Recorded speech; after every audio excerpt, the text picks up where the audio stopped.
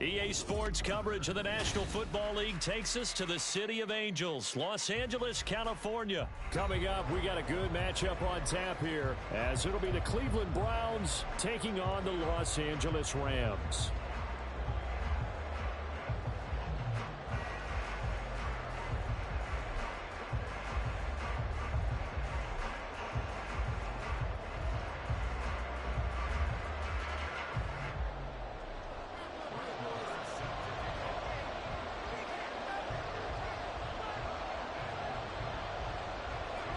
And we are underway from SoFi Stadium. From his end zone, here comes Jerome Ford. And he's only going to make it to the 13-yard line and no further.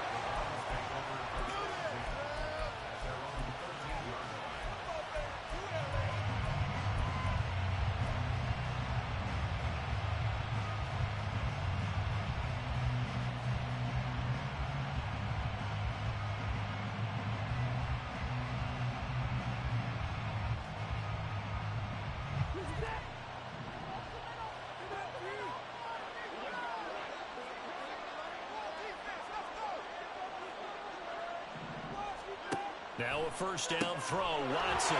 That's going to be caught by Peoples-Jones. Only a couple for him there on the game's first play, and it's second down.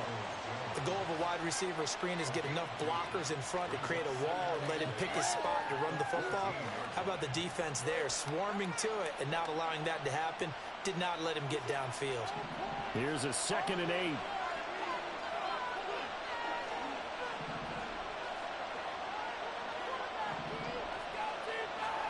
Now Watson. That's complete to Peoples-Jones. And he'll be out of bounds just shy of the 30. A good pickup there for the Browns, 15 yards. So we just called his name on the previous snap, and they go right back to him, Charles, for a second consecutive completion. Yeah, I think what we're discovering on this drive is that he feels like he has answers no matter what defense you throw up there. He reads it, finds the open spot, and is available for the completion.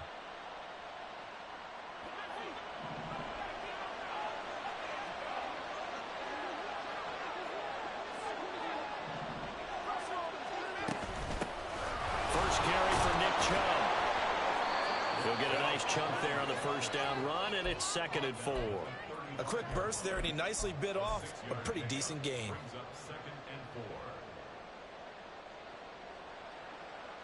From the 35, back to work on 2nd and 4.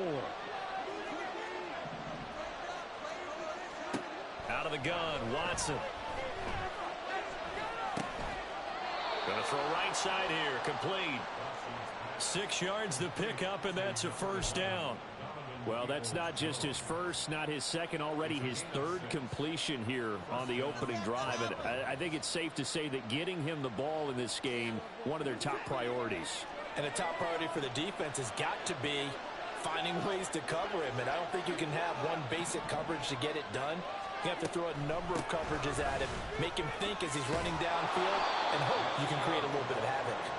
And he's going to get a solid gain of 9 before being brought down, 2nd and right at a yard. But you often say that sort of opens the playbook now, 2nd and short. What do you think, early shot here? I like where you're going. Obviously, we've been together for a while because you know me. I want to take that shot early and loosen things up. Counting down toward the midway point in quarter one.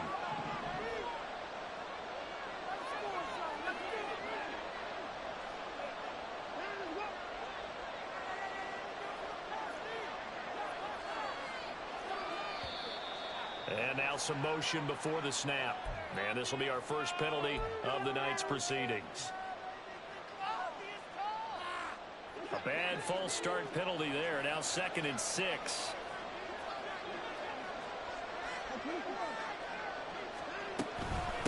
And again, it's Chubb. Oh, he's got a little daylight, powering its way forward. And he's going to get this one all the way down to the Rams' 25-yard line. 46 yards rushing for him already. A terrific opening drive on the ground, and it's a first down.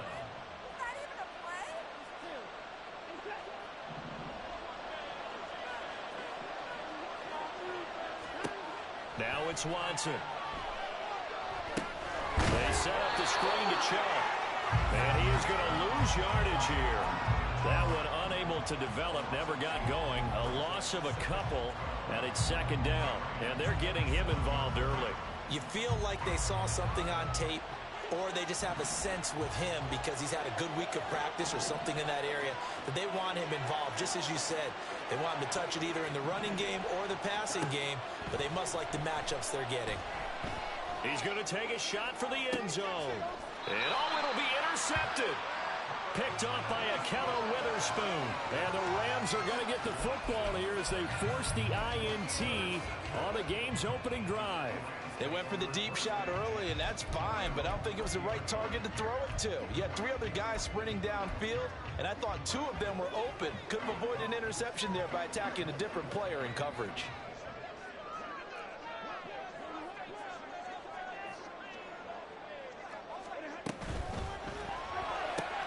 Now a quick throw into the hands of Jefferson. And he takes us beyond the 35 before going out of bounds. Successful start to the drive, 17 yards, and moves the sticks. That's probably as simple of a throw as he'll have all game. And good for everyone. Good for his completion percentage. Good for the receptions for the receivers. But you know how they work on that. They have footballs with no laces. So as soon as you get the snap, you're just throwing the football. All right, you're not trying to find the laces and grip it a certain way. That takes time. Just get the ball and throw it. So that's how they practice it all the time now, too. Well, I think when they look at their offense, they think to themselves, weapons, weapons everywhere. And they want to move the ball around. They want to spread it to different people. But you absolutely know they want to get this man involved as well. And that's what they just did on that play.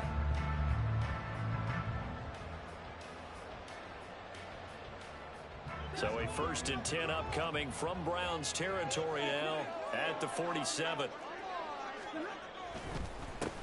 Now the first carry for Cam Akers. And he'll take this ahead for about 4. Second down coming up. And that was a quality play to start a new set of downs. That was simply an offensive line winning the battle up front and winning it in a big way and giving their guy in the backfield a nice lane to hit.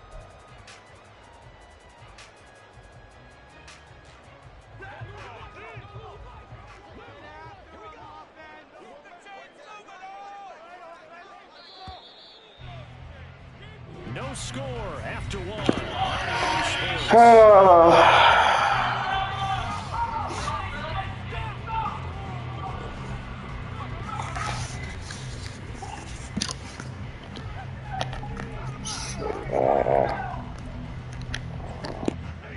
Second and 6. A shotgun snap for Stafford. Throwing over the middle, but it's incomplete. Nowadays, quarterbacks don't mind throwing into coverage because of the confidence they have in their receivers to come down with the ball. But sometimes you have to be careful you don't get too confident and throw an interception. And the line to gain here is the 37 on 3rd down.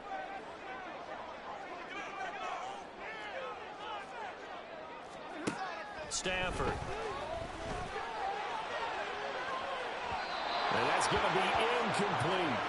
This defense has certainly played well so far in this game, and the coverage has been tight on just about every throw. Forced a few here so far in this game, and now it brings up 4th down. Stafford will stay out there. He'll lead his guys up to go for it on 4th down.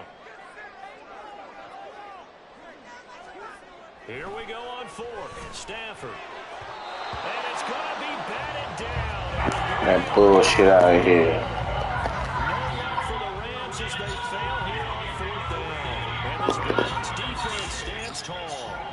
The Cleveland offense ready to go. Well, they were intercepted the first time they had the football, but now they get it back, and it's still 0-0. And because of that, you know what the thought process is? Interception. What interception? It didn't really happen because they gave up no points.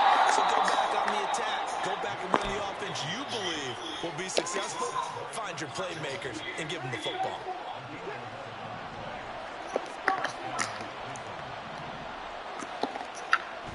They'll fake the handoff. Fuck! Triangle was open. And they need to wait to at least get some of this yardage back after the sack. 2nd and 19.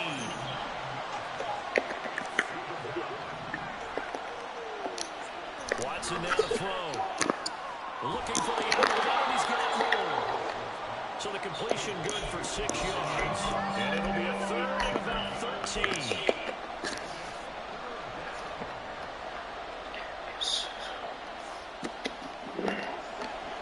Oh, Lord. No, they don't know it. Now on 3rd and long, they'll look to throw.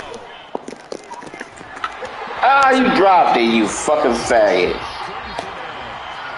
like what they tried to do there. Tried to hit him with something quick, get the ball in his hands, and hope he could make some yards after the catch and pick up a first down. Weren't able to do so on that play. And Bojorquez on to punt as he gets it away. And that is much too long. That's into the end zone for a touchdown. Fucking bastard.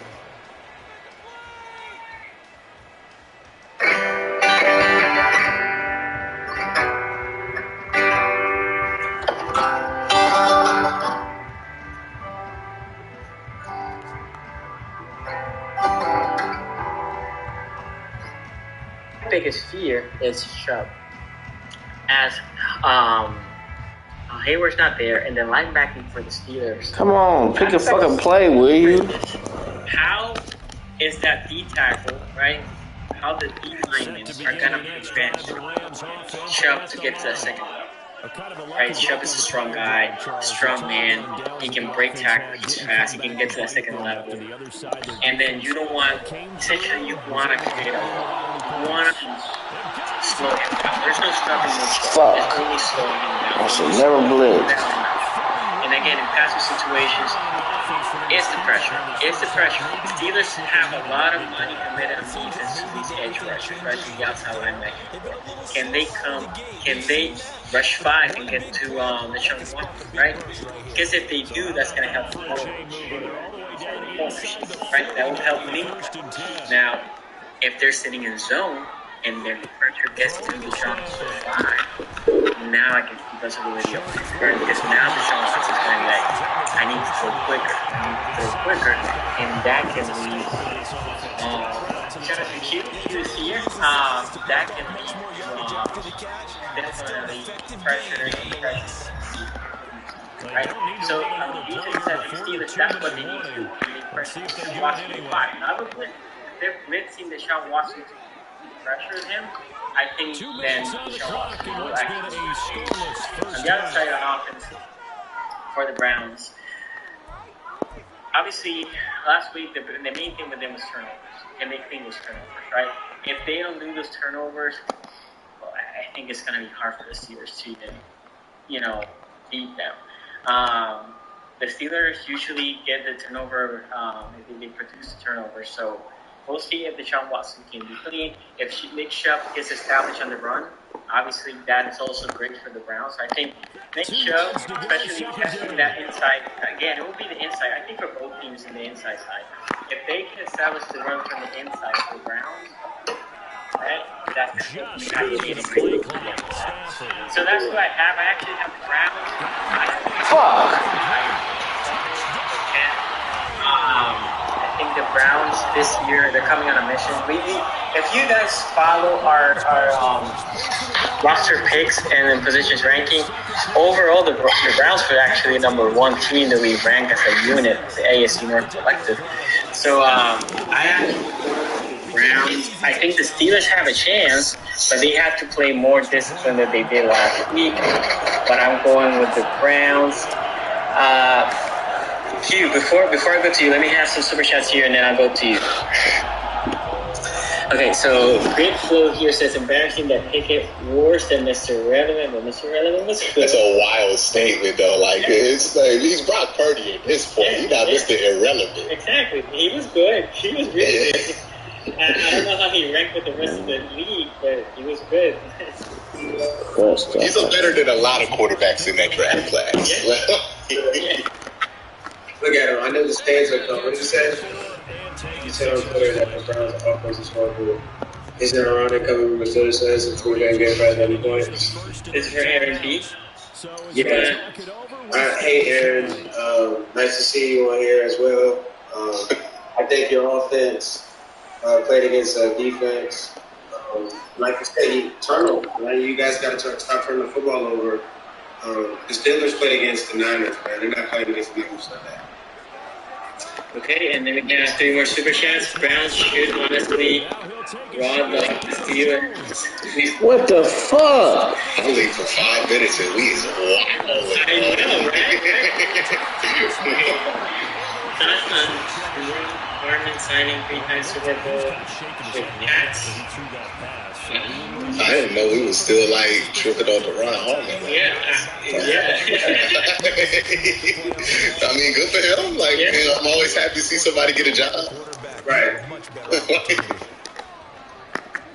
We have 2 more super chats here. Bengals fan. The Browns have had the wild helmet before. We were Well, no, I think Bengal fans are like acting like we copied them because we have white helmets now, and it's like you are the Browns, Bengals. Like that's literally you're the Cincinnati Bengals because Paul Brown wanted a team with the initial CPs. Okay, y'all had our uniform for us to start. Like, come on, Bengals, We ain't got it, and you lost this week. What are you talking shit for? Just be quiet and beat the Ravens. You know, beat the other Browns that you have trouble beating. We changed colors. We did all different. Yeah, y'all got new history. You know what I mean? You stole our draft pick. Ray Lewis should still be ours and so should Jonathan Ogden. But, you know, it is what it is on that front. You know. Lerman is who picked Flacco in 2014 versus the Pats. I mean, I'm just glad he's still in the league. That was 10 years ago. Like, man, good for him, man. He got he got the good vet package. You know what I mean? He on vet minimum. You get the health insurance after he retired. Now, just shout out to Gerard Hart. You know, I hope he accrued those years. He wasn't on the practice squad because sometimes they're playing funny with you. Get your years.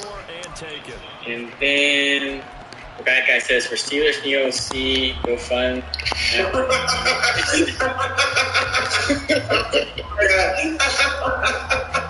Okay. We gotta waste my day. My day, man.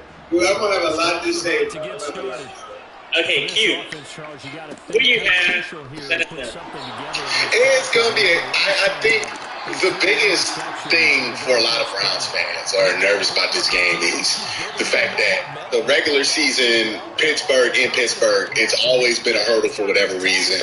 I talked about it before on this show. Great seasons go die in Pittsburgh. Like, bad things happen when we play in Pittsburgh at times. Remember the joke I used to tell, like, when we played? What the fuck? We lost Odell after that game. He got released. And then after that, the last Monday Night Football game, Baker Mayfield quits the team, basically decides he's not playing the last game of the season, and then ends up getting traded for that. So, like, there's just been all of this bad luck versus Pittsburgh in general, but specifically recently in Pittsburgh. So it's a little bit of a hurdle for this team to clear. When I look at the matchups, I do think that these matchups do favor the Cleveland Browns. When I see, let's just start offensively. No Cam Hayward, I do think is a big deal. Even though Keanu Benton stepped up, played really well in that game, I don't expect them to be a complete disaster on the defensive line, but I do think they're going to have to play more Larry Ogunjobi snaps. And the issue with Larry Ogunjobi, I think specifically when it comes to his matchup versus Joe Bitonio, is Joe played against him when he was in Cleveland. He played against him when he was in Cincinnati. We know the weaknesses and the strengths of Larry's game. We know Larry's a very strong pass rusher. But if you can force him to be on the field on some rundowns, you can take advantage of that. You can run at him. He doesn't necessarily have the greatest instincts when you run the ball at him.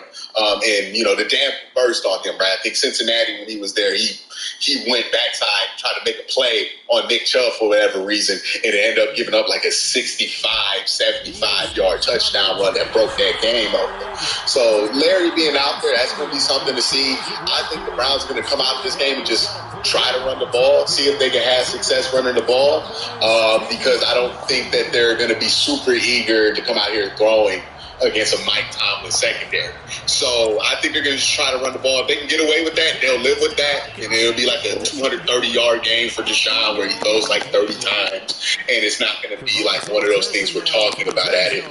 If that doesn't work, then they're going to try to see what they can do. We know Tomlin's going to keep like 6-7 guys in the box. He's going to stay in that base front. He's going to put his linebackers out there on the field. It was interesting. They played Minka a lot at the line of scrimmage and a lot at the slot.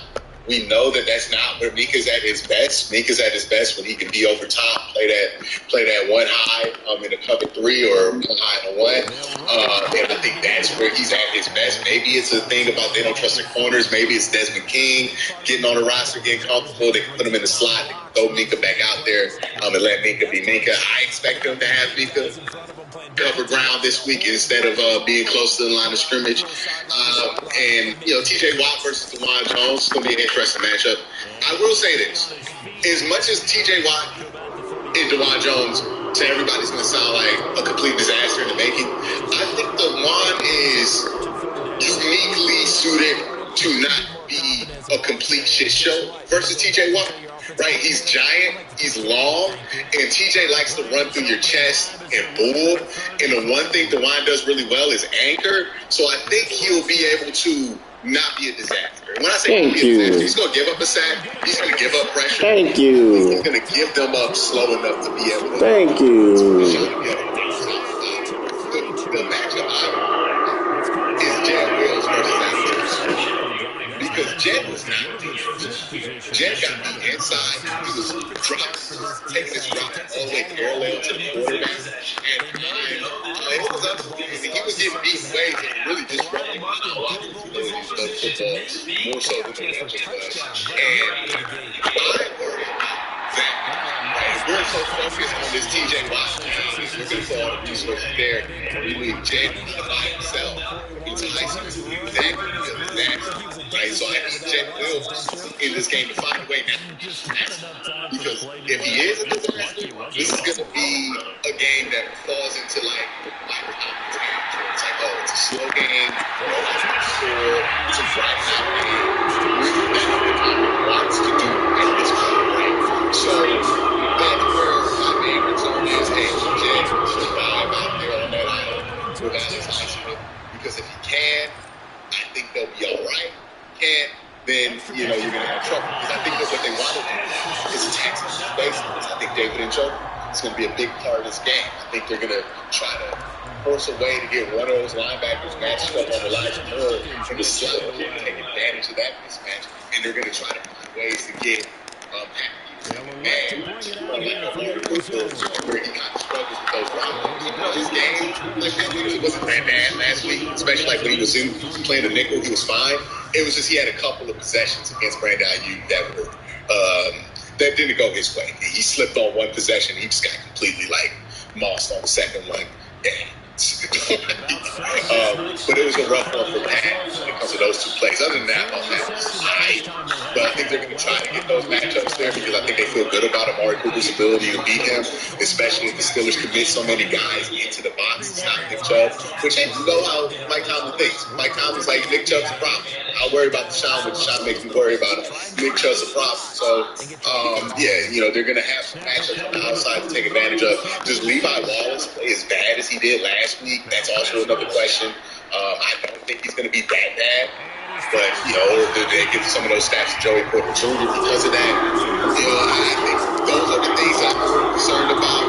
Ultimately, I think the offense will be able to do enough against this defense. Defensively for the Browns, I'm not going to lie. I feel pretty good about that matchup. I've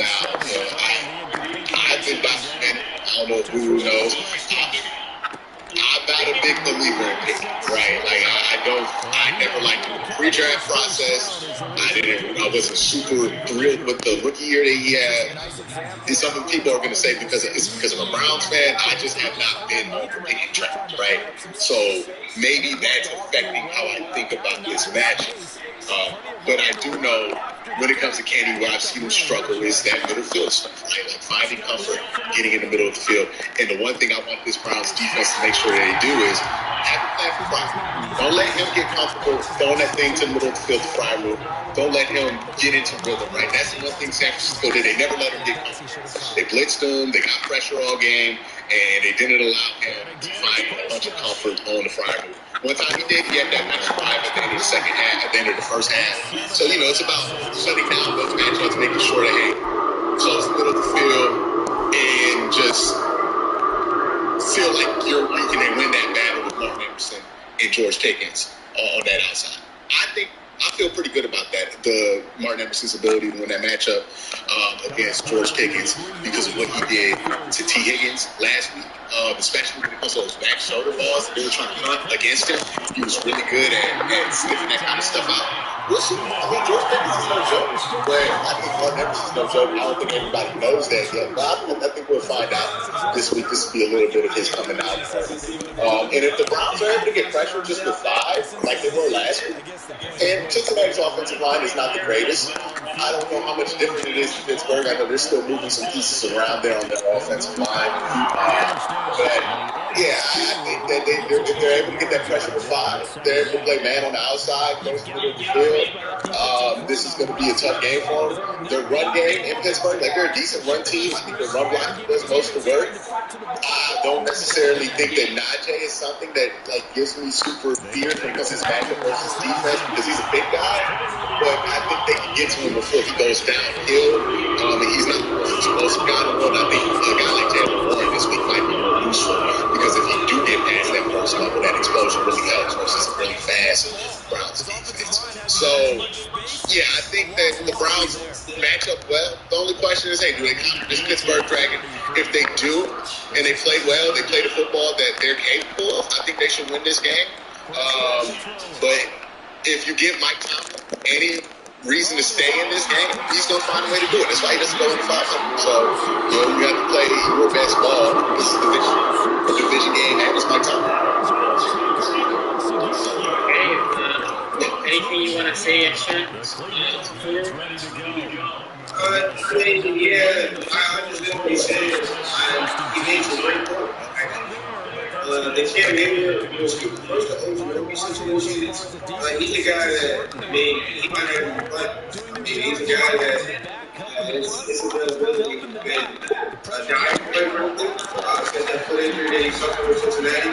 So the Marshall Leal, Washington is basically a bigger and provides more running passing opportunities. And then look at but Keanu Benson is a guy that's one of the second line over here. He's ready. It's not a situation where we're not worried about it. He plays the same scheme with Wisconsin, scheme, base scheme with Jim Leonard. It's going to seamlessly transition for him, and they're keeping him at one tech. The second point about the offense, Fryer Booth, people running Washington, he put it up most season a little bit.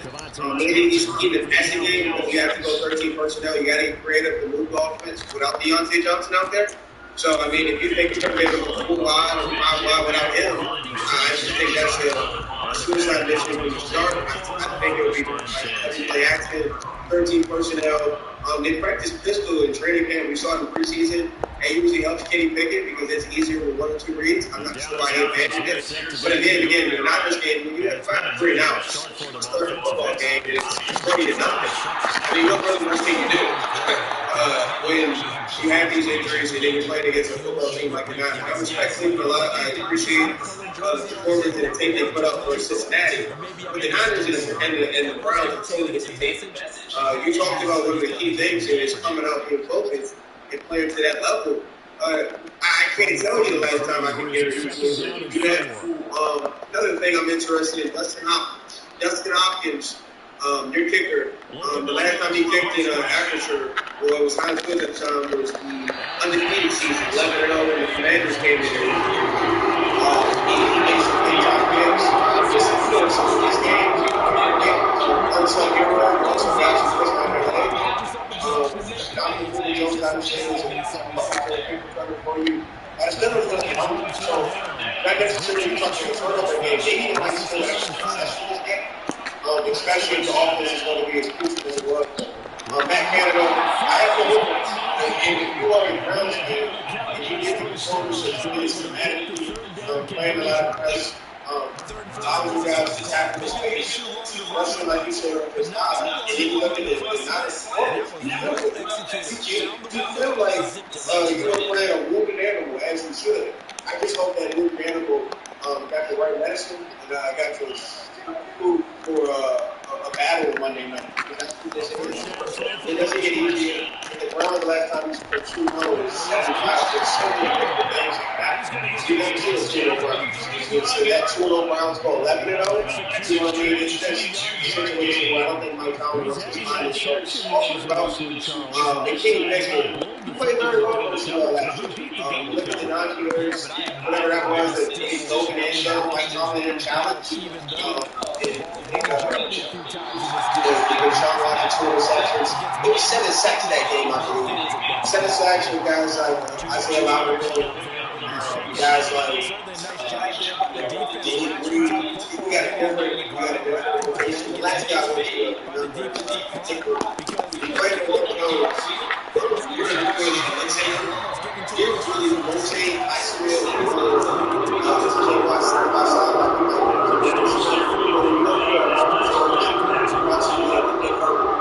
DeMond Jones being that size, I wonder about his technique. The lead him hands to the face.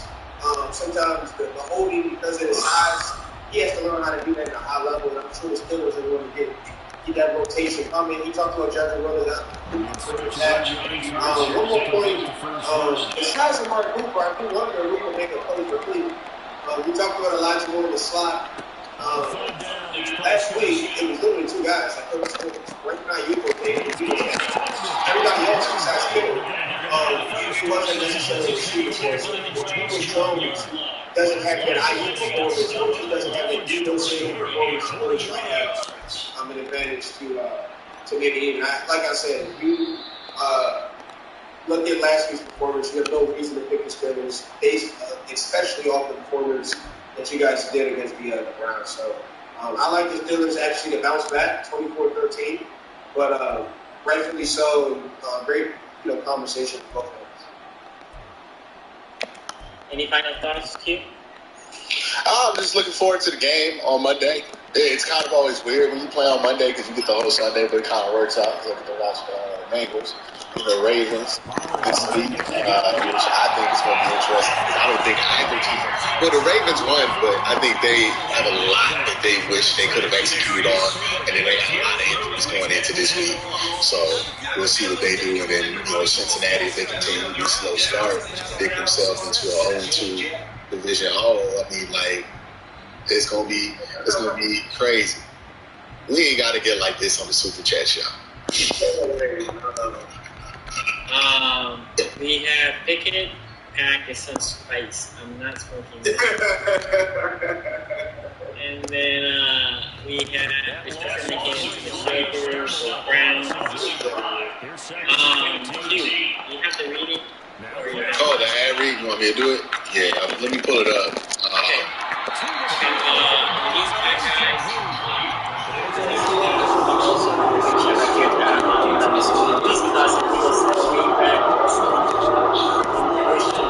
Shout out to you for being the top tier Patreons. Also, Patreon in the description below if you want to help us a little bit more.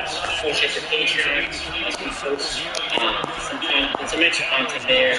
But anything if you just, I know a couple of guys say, okay, you just like to show everyone support you guys. Consider joining the Patreon there.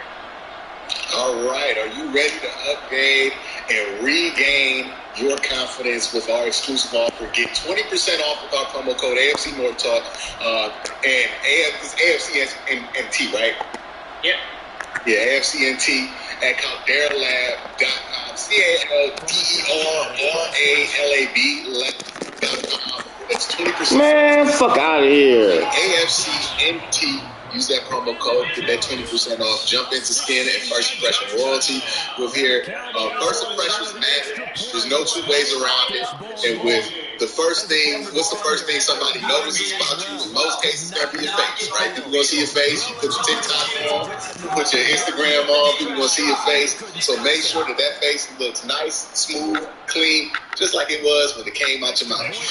Caldera creates high-performance men's care products with top-tier ingredients and is a great routine to transform your skin and takes less than a minute in the morning and night to reduce your wrinkles, fine lines, and signs of aging. I've been using the box that they sent us for the last 2 weeks. I actually used it before I got on. My skin feels great. My skin has looked great. Look, I've been dropping 3 videos a day on the main channel. You can't tell I got no bags under my eyes because I'm using that Caldera Lab. So go ahead and get that advantage there. They have 5 different layers. The regimen is crazy. They have a clean slate that starts and ends your day.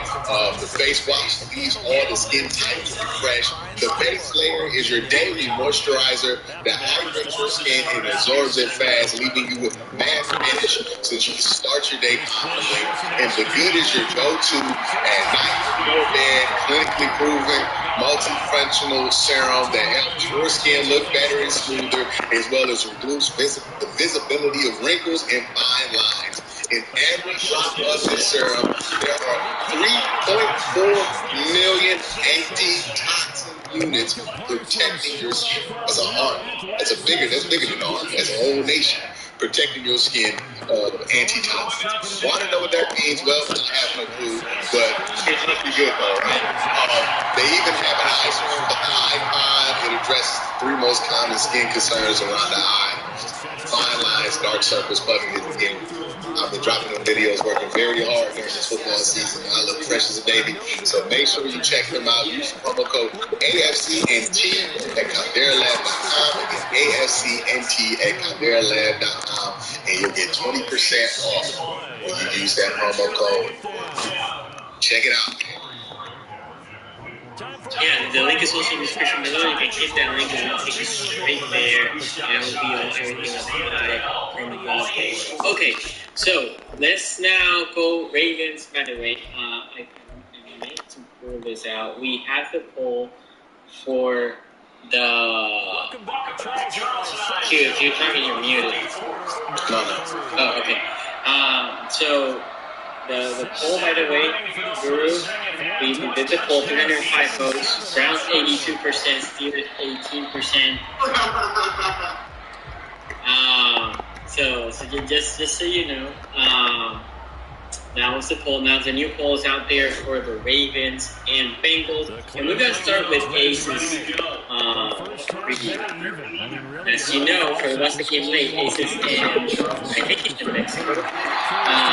Oh, you scary little bitch. So let's see what he thinks about the Ravens and So, for the final game, we've got Baltimore Ravens at Cincinnati Bengals. I believe Cincinnati is favored in this game.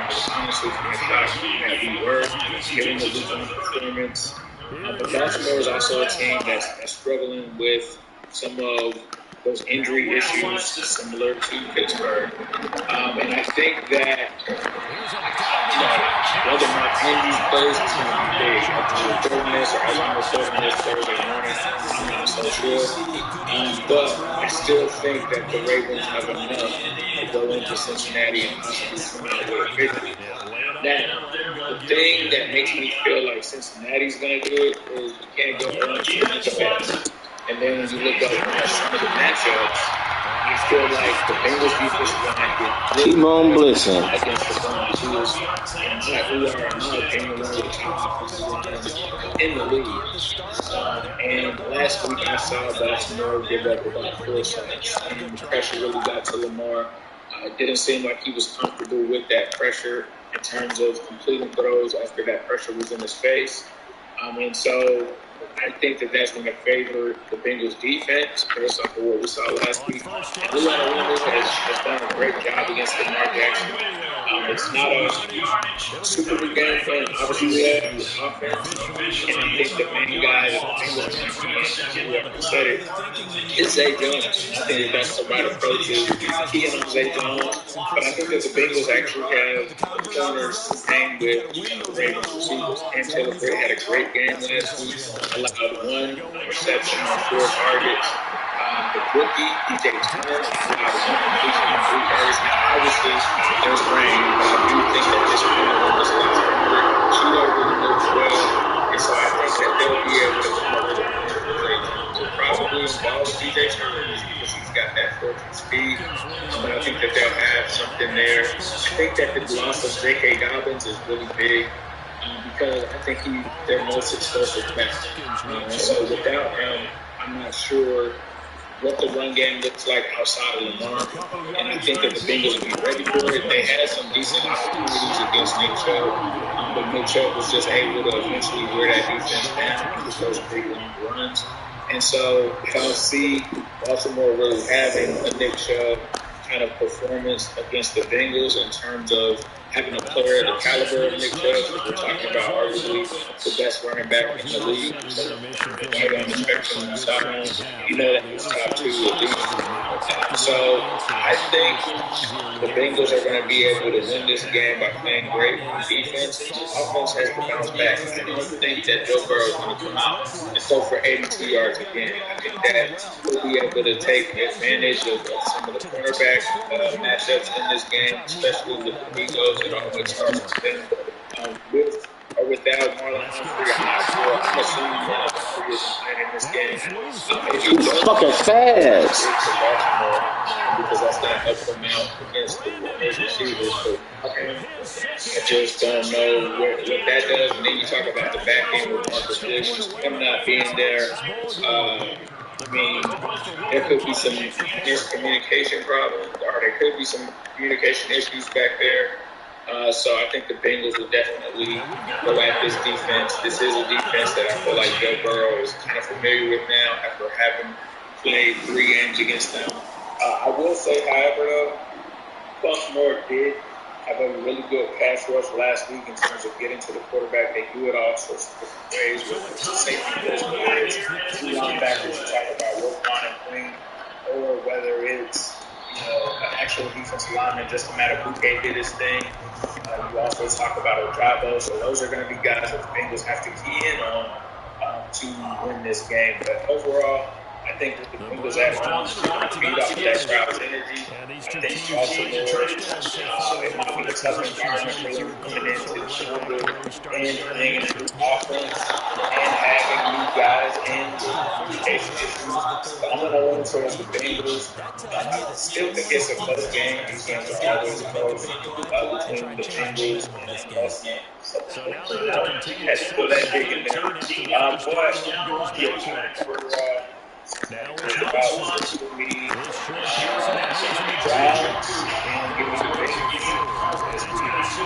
Guys, you guys take care. Okay, so I'm just going to bring out the Bengal fans. I have been a merciful person towards y'all because y'all talked about that 525 for like 2 months. I ain't bringing up no 82 to y'all, ain't I? I could. It's different. Yeah, they still bring up 525. They're running 82. They was way all the way from Terrell Owens game. That's what they did out there. They went deep. They went inside out there. Okay. That being said,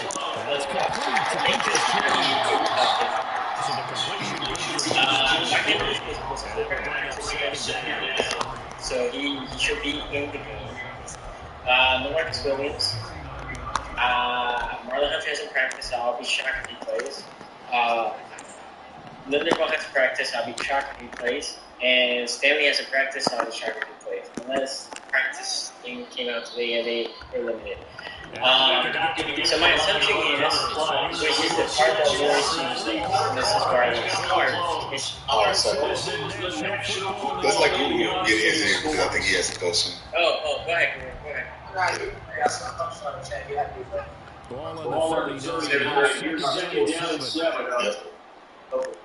But nah, I think Ace makes a good point. I'd be shocked if the Ravens were. The Ravens got having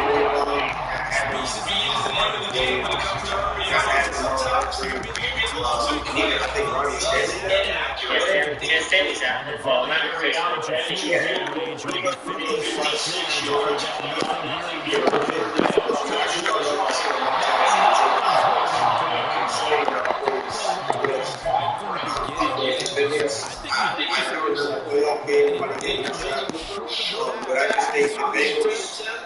He blitzed me.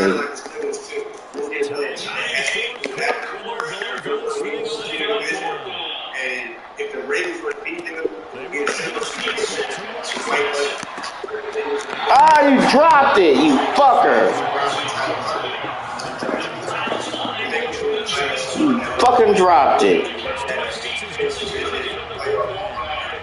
Somebody's feelings might be hurt. Appreciate the opportunity to bring some break with you guys. Appreciate all the people chiming in. Percy, Sonny, Rich Gates. All those folks. And we'll be back.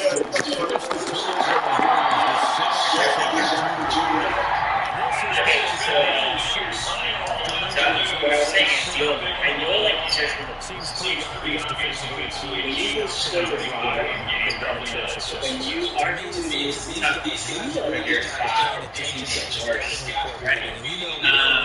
Yes, our guards position was okay. Tight was solid. So the right side is better player. The same is your anchor on the left side, and then when the center people don't talk about it enough. The new center can right?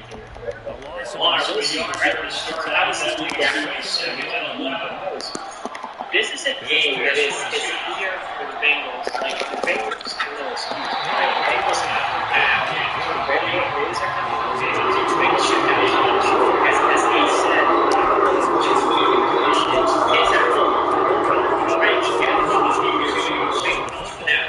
The key to the game is first and foremost, you might have to use a little bit more power. You might have to use a little bit more tight end in the backfield, right? So in case somebody gets leaked, especially the left tackle side. I'm assuming McCoy's going to play the left tackle. So that backup center, we'll see, right? Whoever it is, we'll have to get the other side. Thank you.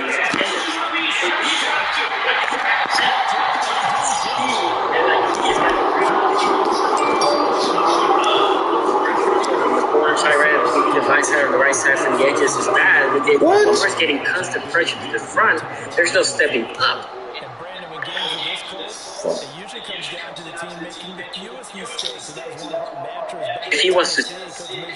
Damn it. The team making the fewest mistakes. All about that bullshit. To give yourself an opportunity.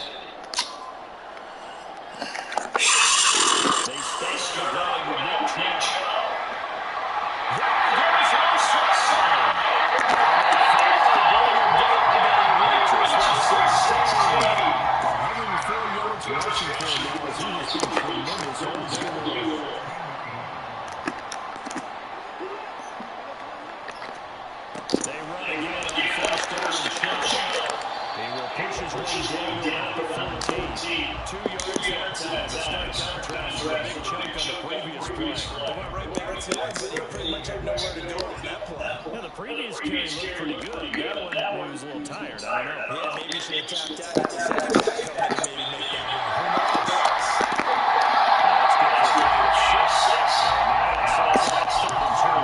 I know sometimes we can get fooled when we're watching catches. We just saw him do there because he really looks like a wide receiver when he goes about his business. Yeah, 230, 240 range. Yeah, not super huge. Maybe not counted on to be that inline point of attack blocker that we used to have in the good old days. But you can flex him out. You can run wide receiver routes with him. You can make him a primary target. And that's a hell of a defense. And he's able to pick up the first before he's brought down inside 5 at the 4. And now defensively they're going to bring their first time out. Remember, they get an extra time built in coming up here shortly at the 2-minute warning. Here we go. First and goal. Tricky. Oh!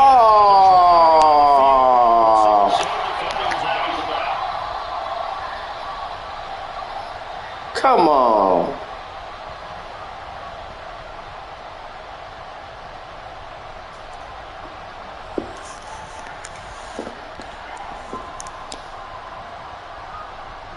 And they'll try to squeeze in one more play here before the 2-minute warning. Here's Watson. Flush down right. And he goes out right. He goes out. Well shot by the line. So that's a sack. Well, this is something I may never understand. I don't get why a quarterback under duress who has a chance to get rid of the ball and save the yardage, keeps it and runs out of bounds. Instead of an incomplete pass and no loss of yardage, it's a 3-yard loss. Back to throw, Watson. Oh, come on, man. So the Broncos in possession of the football here as we get you reset. They come up on what could be a pivotal 3rd and goal now in a tie ball game.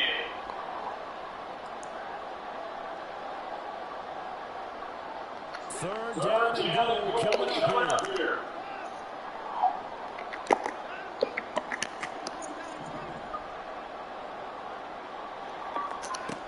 Watson to throw.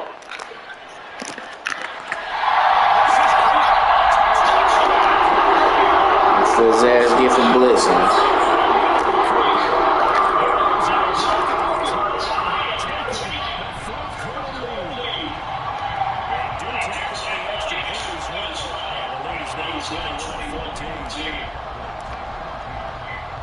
Following the touchdown, Dustin Hopkins will kick it away.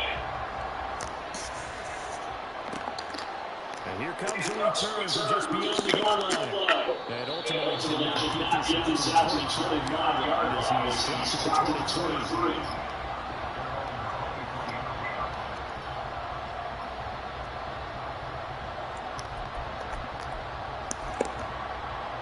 They'll come up 1st and 10 here. To throw, Prescott.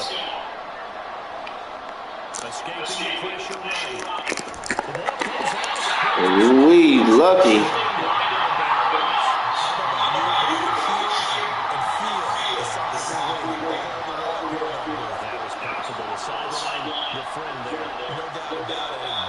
Lucky. Able to retain possession, no turnover. I know it's coaches are screaming, just hang on to the ball, man. They'll come up now on 2nd down.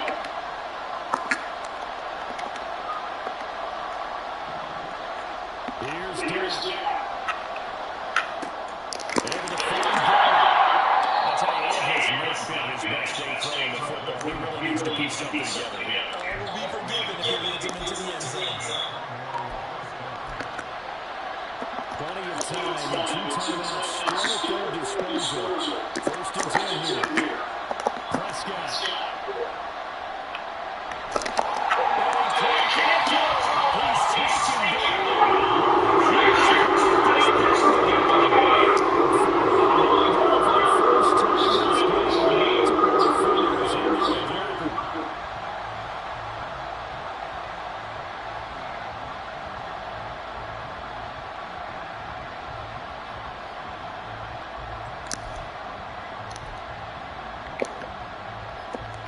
Another try, 2nd and 10 now. Here's Prescott. Shit. Night, night. Night, night.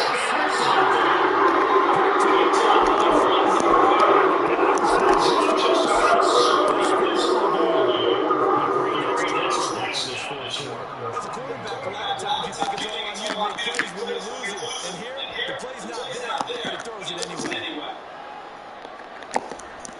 We got to have 2 hands on the football here as we run 1st down. Taken down at the 42. Watching that play unfold and watching him complete it brought back memories of doing those pursuit drills to make sure you don't over-pursue and let a guy get back laying on you. He did that very well. You praised him on tape yesterday for the angles that he takes to the ball. Took a great angle right there. This in all probability another run here on 2nd and 8. He's going to get it again. Just looking to get forward and protect the ball. And they get this rush pass match here. Big pick up there. Last one. To watch this one.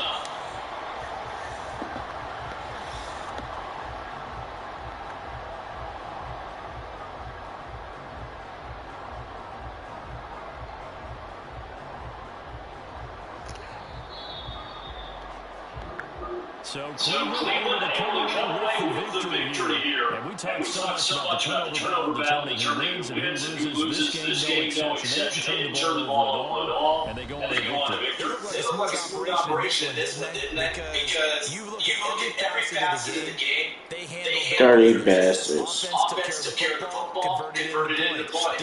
Defense took the ball away, gave it back to the offense.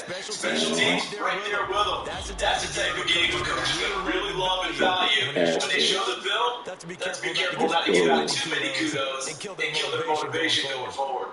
So that'll do it for us, for Charles Davis and our crew. I'm Brandon Clark. You've been watching the NFL on EA Sports.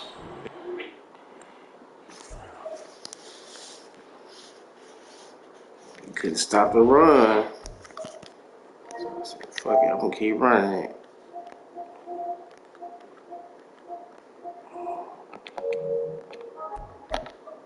Keep running the joint till he stop it.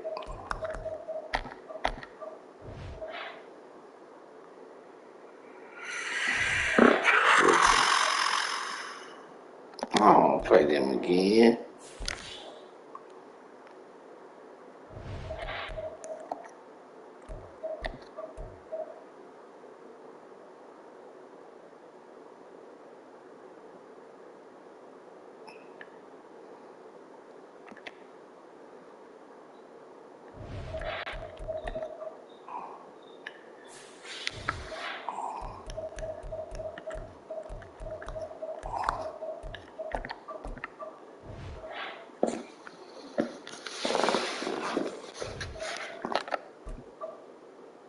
Oh, come on. I don't want to play the Cowboys again.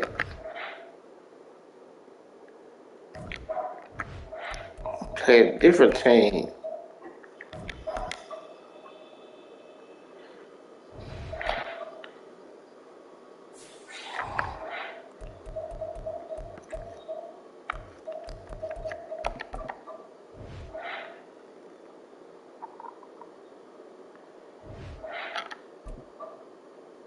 Oh my gosh, come on, man.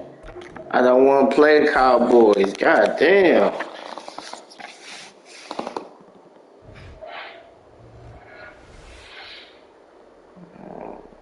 15 dollars an hour.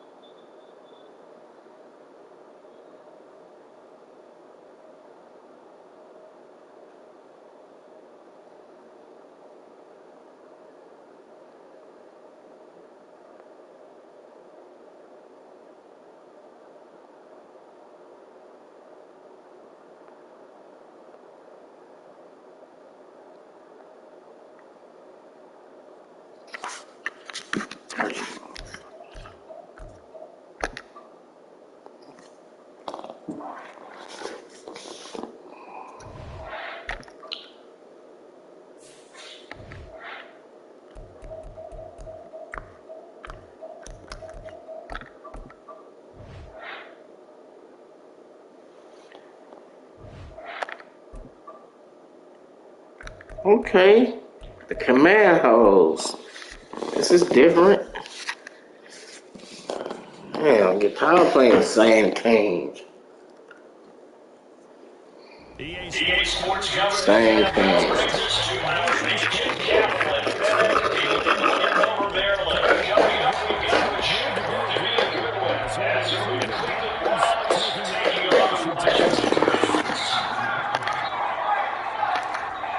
Simply Dustin Hopkins set to get this one going. And we are underway from FedEx Field.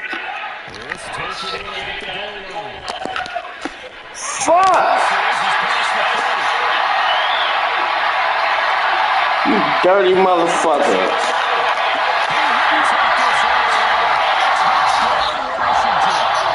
That's some bullshit.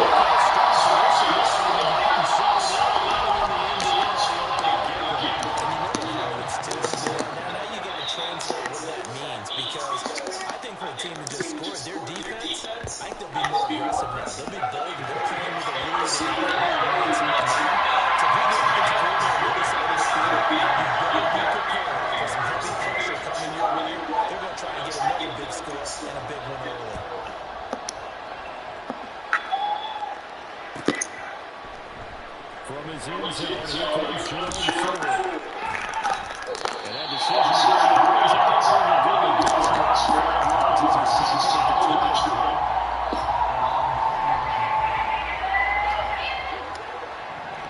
He's stacking the fuck out that line. He ain't stacking the line. Oh, shit. Okay. See how I gotta play him.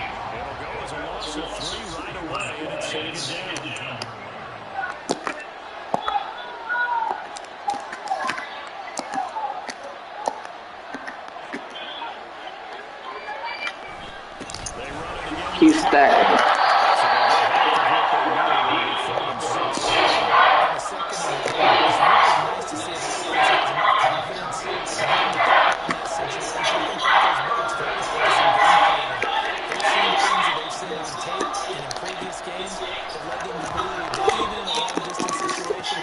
Ah, you dropped it, you motherfucker.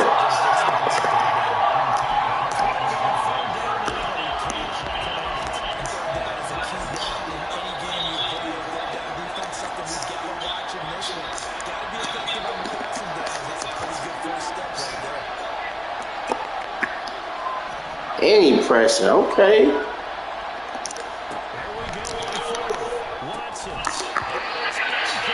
Damn, I should throw it to the Joker.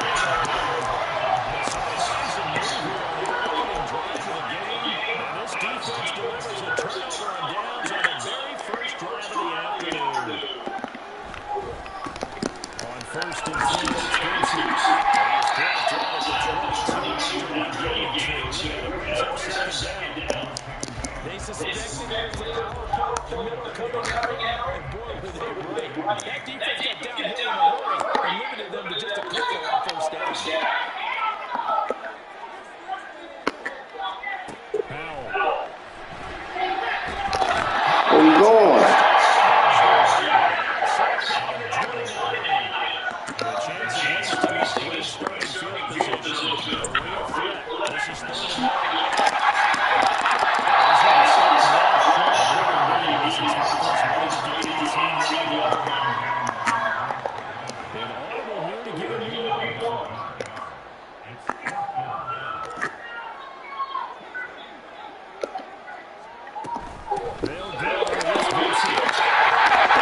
The fuck? You tricked the fuck out of me.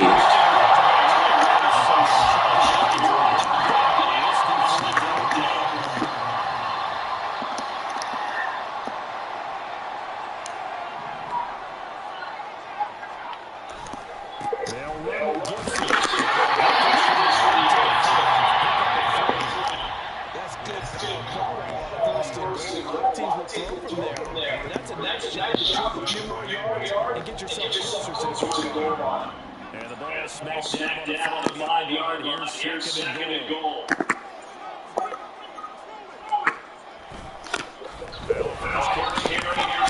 Man, fuck out of here. I ran commit.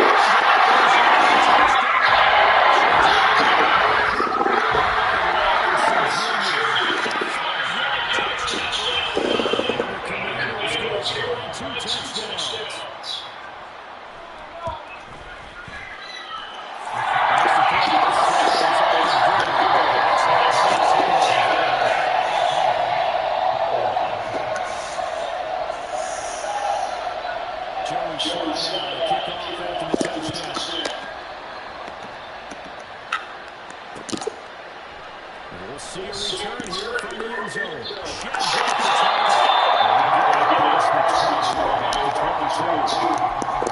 playing this whole exotic ass defense. The Cleveland offense ready to go. They've been outplayed early, no question. Down 14-0 already. Man, fuck out of here.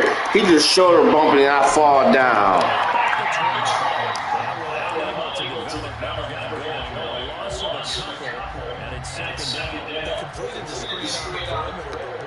Textbook defense, exactly as you're taught to play against a wide receiver screen, and they snuffed it out for a loss of yardage.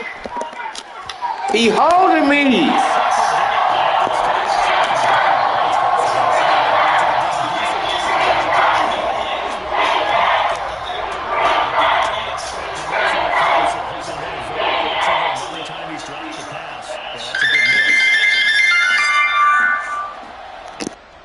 Incomplete pass on that last play, and that means they'll need to come up with something here on third down.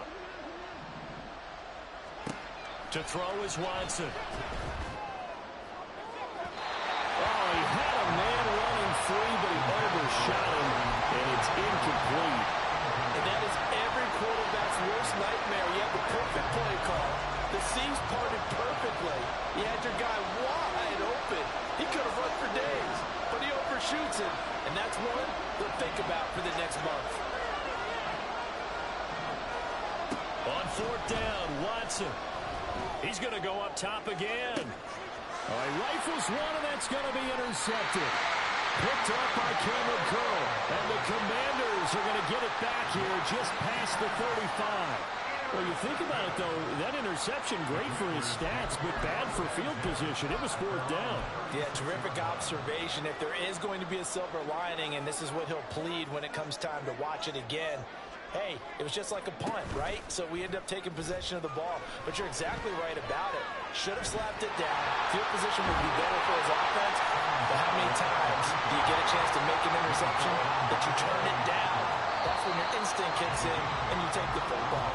In this case, a better decision would have been to knock the ball down. 14-0 the score. This is the NFL on EA Sports.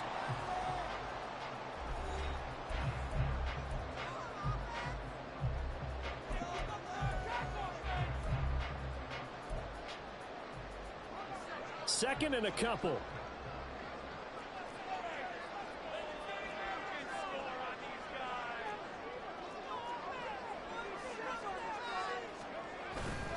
With a play fake, and now here's how to throw it. He'll buy some time right. What was he thinking there? It's easily intercepted. Picked up by Denzel Ward. And the Browns are going to take possession as they've got it at the 42-yard line. The Browns drive about to get started. They'll start in excellent field position following the INT.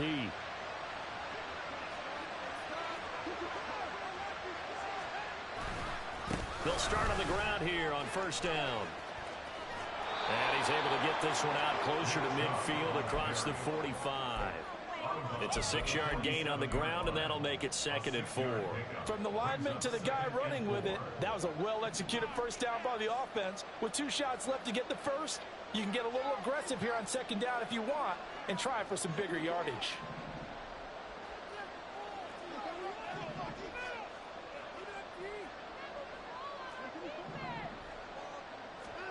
Here's Watson now on 2nd down. That's Strong bringing it in on the out route. And he's got this down a yard or 2 shy of the 40 before he's out of bounds. It's a gain of 10. And the Browns first down. Now a first down throw, Watson. And there is Amari Cooper, his first catch. And past the 35, he'll be dropped a yard or 2 shy of the 30. 11 more on that one and another first down. Well, these guys have definitely been outplayed in the first half. I like their countenance. I like the way that they haven't panicked out there, the way they're carrying themselves. They're starting to move the ball. And what you have to do, maintain your poise and start to put together some drives. He was unable to shake free there. They'll cover him for a loss of a yard.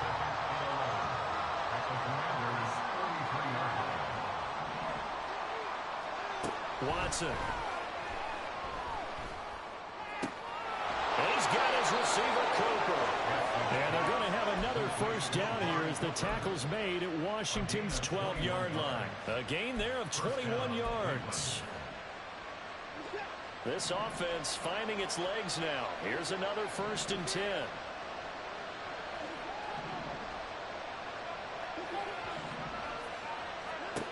Again, it's Watson. And it's caught. Touchdown, Browns. Elijah Moore. A 12-yard touchdown grab. And the Browns are back within a score. Extra point good by Hopkins. And that'll make our score 14-7. Commanders 14, Browns 7. Following the touchdown, Dustin Hopkins will kick it away.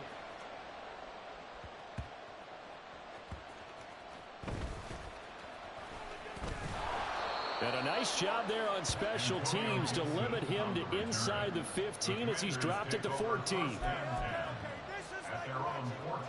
The Washington offense at the line and ready to roll. And we'll see if they can bounce back from that last drive, in particular if they can bounce back at the quarterback position, Charles, after throwing their first interception of the ball game. Yeah, and some guys, you know, they're going to want to try and get a big play right away and take control back. Others, they're going to look to hit a couple shorter passes and get a little momentum back that way. But for the defense, that goal's not changing a bit. They want another pick. You're exactly right about that. In fact, you've got to watch them a little bit because in coverage, they may cut down their gaps a little bit, maybe their splits a little bit in order to try and get to the ball even faster. The screen set up. That's complete to his running back. And he'll get to the 29-yard line, brought down there. And quickly, they get to the line. They'll throw on first down. Here's Hal. And the Browns pressure gets to him that time, and he's going to go down. Now, following the sack, they'll come up here on a 2nd down and 12. Shotgun handoff to Gibson. And that one blown up quickly, as he's going to be stopped before he could even get started. It'll be a loss of a full 3 yards there, and it also brings up 3rd down. I thought he did a nice job there setting an edge and make sure nothing could get to the outside, but he decided that wasn't enough for him. Worked his way back inside and made the tackle on the ball carrier. Now on 3rd and long, they'll look to throw. That one downfield for Dotson, and this is going to be intercepted. Picked off by Grant Delpit. And the Browns are going to take possession here at their own 47-yard line. They'll take over 1st and 10 at their own 47-yard line. The Cleveland offense ready to go. And with good starting field position and 3 timeouts as well in their pocket, no reason not to try and put a late scoring drive together. Now here's a pass on first down that's knocked away and incomplete. A misconnection there. He's hit on just 50% of his passes thus far. That's not where you want to be. Now you see the evolution of the game. You go back to the quarterbacks of old, 50% would be terrific because they threw the ball downfield almost every time they threw it. Now with the short passing game, you should be above 60% just to be in the average range. And at the 7-yard line, the catch is made. Now the Browns will use the first of their 3 timeouts as the clock will stop with 35 seconds to go in quarter number 2.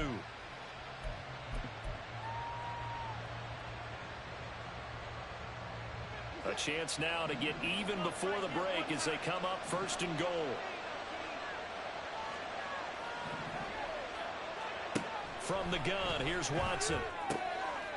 Njoku pulls this one in. He's got it for a Cleveland touchdown. Touchdown, Cleveland. A 3-yard touchdown pass. And the Browns are an extra point away from tying the ball game here in the final minute of the first half. Hopkins with the extra point, and that is going to tie our game as we approach halftime.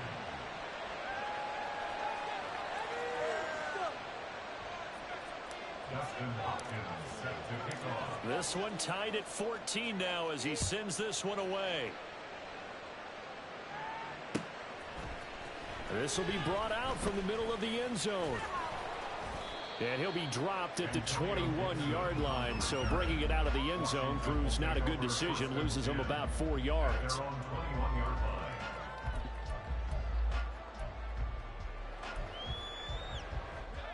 Out there set and ready for this next drive, the Washington offense. And with time quickly fading here in the second quarter, not sure how aggressively, offensively they want to play this. I think we'll find out just how much they trust their guys in this situation if they decide to take a shot. Throwing on first down, but this one winds up to be incomplete. He did a fine job there of not hitting it before the ball arrived, and I've got to tell you, you can often mistime that play because of the angles of approach. When you're going to get him, sometimes you panic as well. Think, I've got to be there right now. Instead, in this case, timed it perfectly and knocked it free. He's trying to find Jahan Dotson, and it's third down. Now, right where this set of downs started, they need a full 10 here to pick up the first down and move the chains. In motion left goes a tight end. This time they stay on the ground. And he's going to get this one across the 30-yard line. Washington now going to use the first of their 3 timeouts as they stop it with 16 seconds to go in half number 1. So they'll come up first and 10 now from the 33.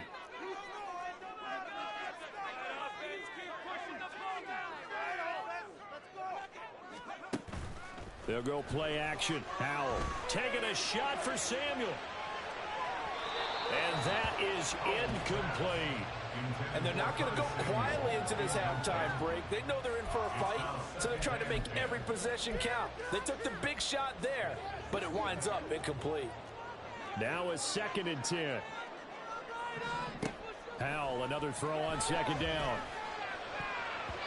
And that nearly intercepted. It's incomplete. Now remember, he had a pick earlier, but couldn't reel that one in. Nice back-to-back plays defensively. They're stacking momentum now. 1 incompletion, 2 incompletion. They're going for more.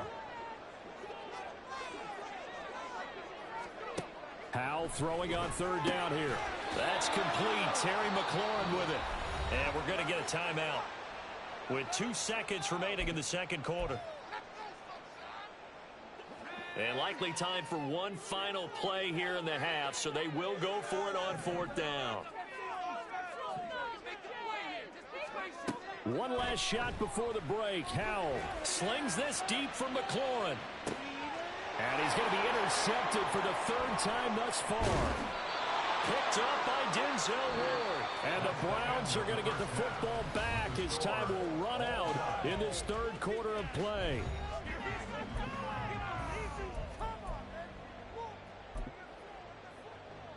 And we welcome you back now. Alongside Charles Davis, I'm Brandon Gaudin, getting set for quarter number 3 here.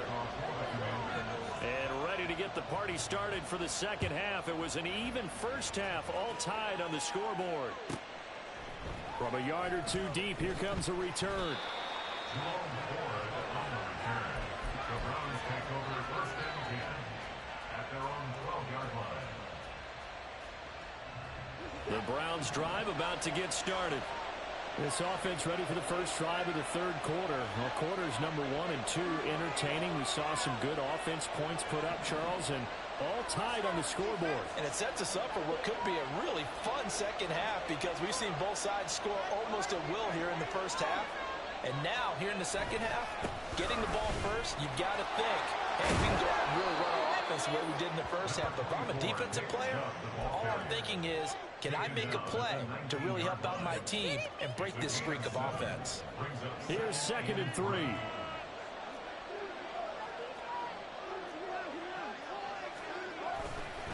Up the middle, it's Chubb. And he's able to get up here to the 26. 7 yards there and a first down. He hadn't had a ton of success here so far, but you get the feeling that he might be on the verge of popping one. Yeah, even on that one, there was a little bit of a hole, but it closed there quickly at the end. They go up the middle with Chubb.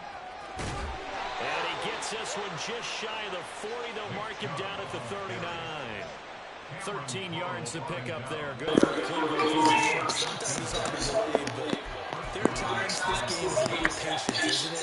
Has had the game he expected, but that run there, that may get him going. I was just going to say, maybe that gives him a little juice, because you're right, he's struggled, especially in that first half. Yeah, I know the great ones always think to themselves, just hang in there, just one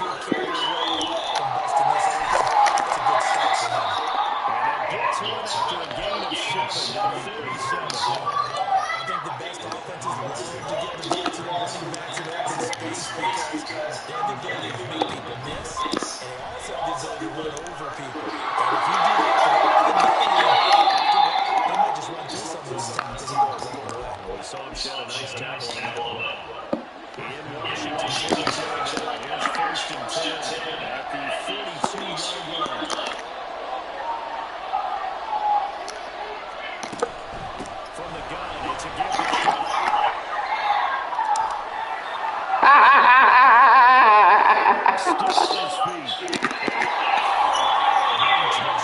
I know he pissed.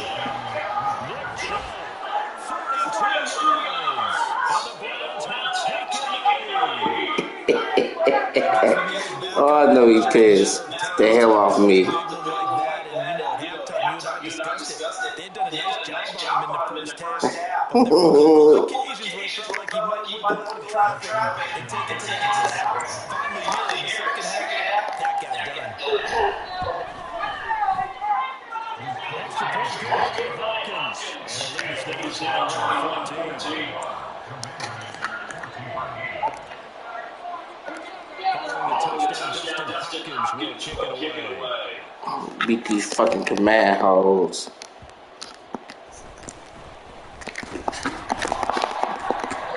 No, sorry, you're not Chubb, sir.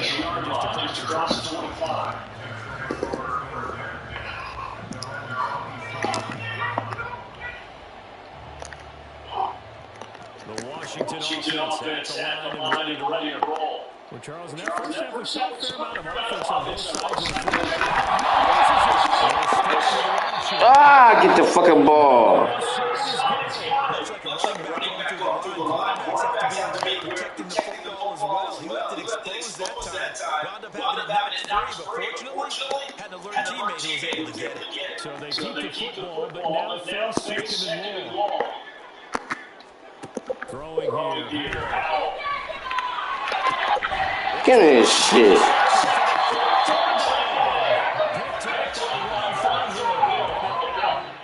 Oh, he quit.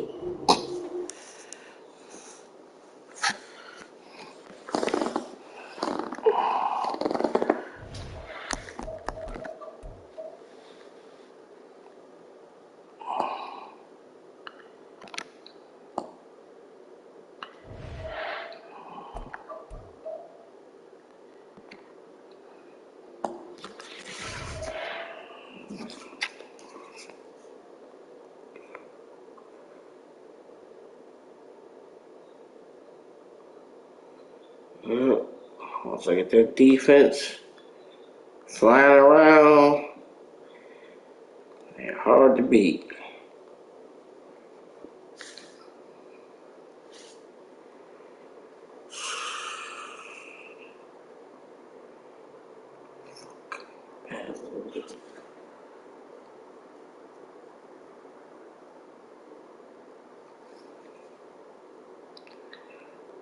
Hard to beat.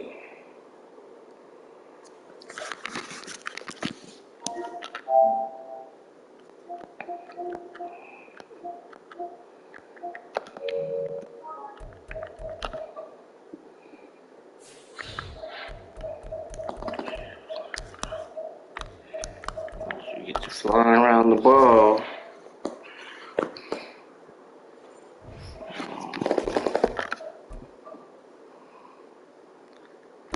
What? Washington again?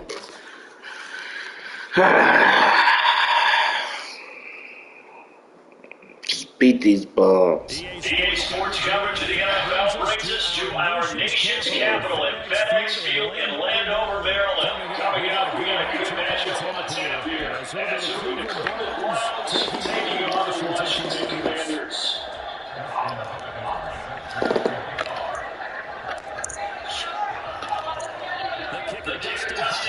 Set to get this one going. And we are underway from FedEx Field. And that is out of the end zone, so we will start here at the 20-25.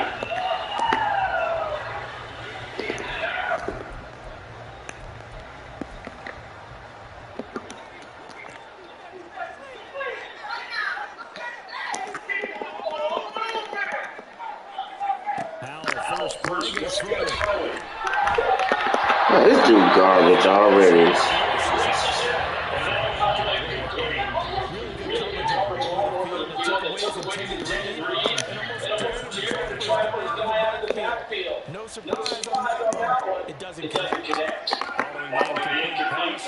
they go. Again, second and 10 from the 25.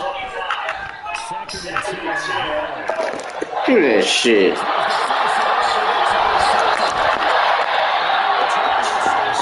I don't know what the fuck he was thinking.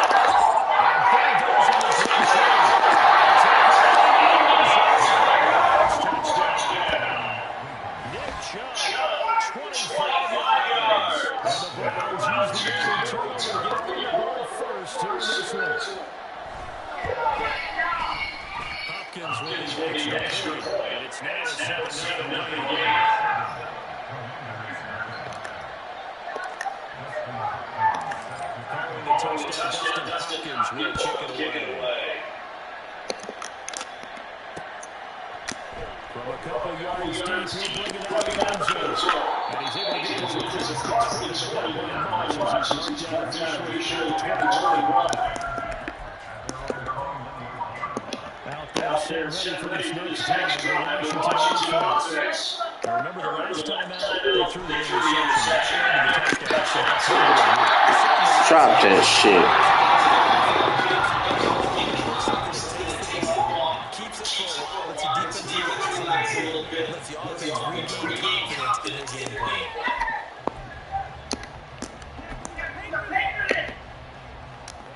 Here's second and 10.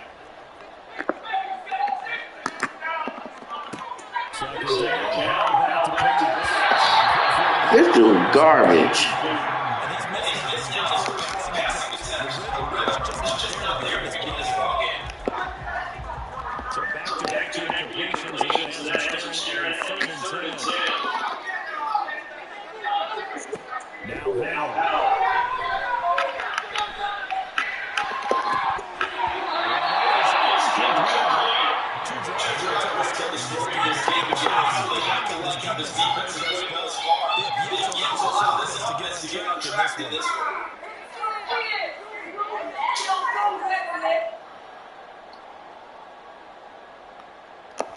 That's right, punt. That'd be the smartest thing to do.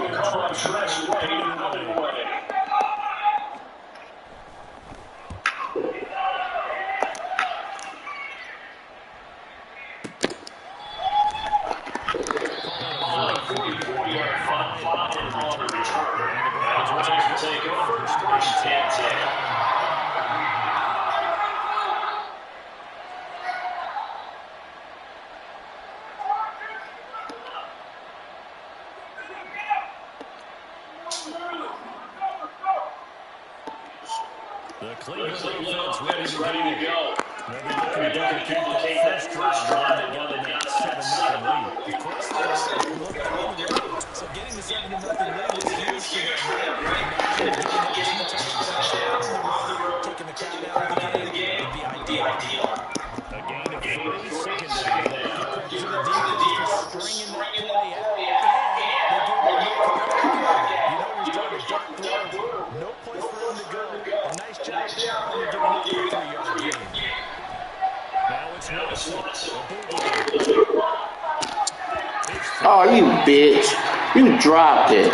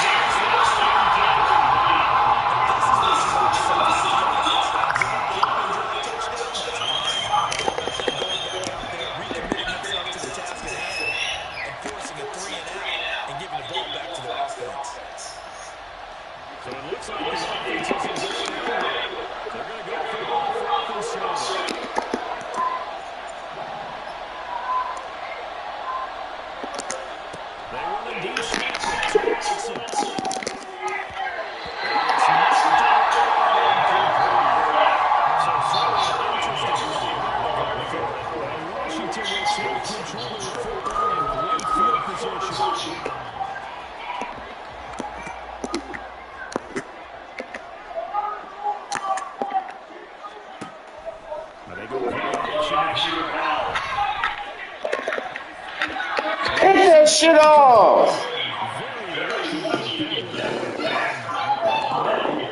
It's second down now.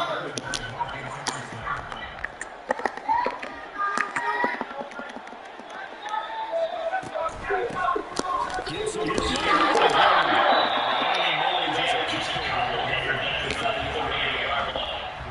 Pretty good little two-play sequence there. You force the incompletion on a very short field. Yeah, now maybe bringing the defensive backs too, because you want to try to defend on third down. They like to put those nickel sub packages, don't they? Foul downfield. This is Clay's tight end, Travis. And he's going to have the Commanders' Barely got that first down. So finally completes his first pass. Credit the defensive line. Showing him some different looks, keeping him off balance. Yeah, I like the observation that you had there, because when you give him different looks, when you give any quarterback different looks, it takes just a little bit longer to process sometimes, and you don't throw the ball inside. Hello. Multiple players combined for their team's first sack of the game. Now second and 11 from 32.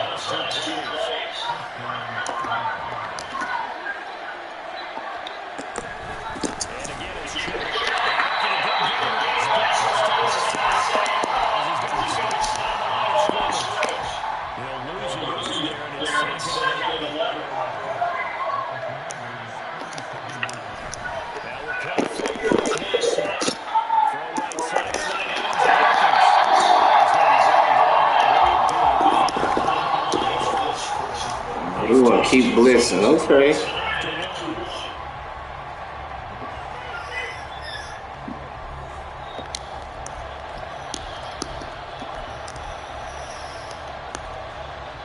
Keep on blitzing.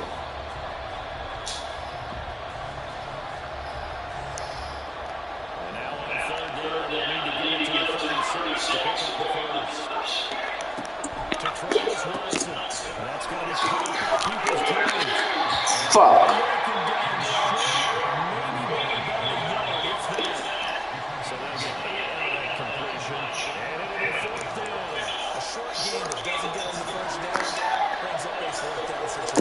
Nice job defensively. They knew the sticks were. They got the stops.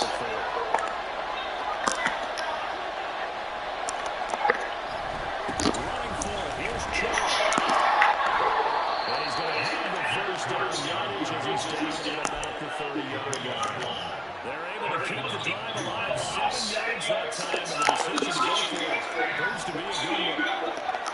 On first down, Watson over the middle. Completes complete. Inside the 20 before he's brought down. The Browns passing game finding its stride to get another first down.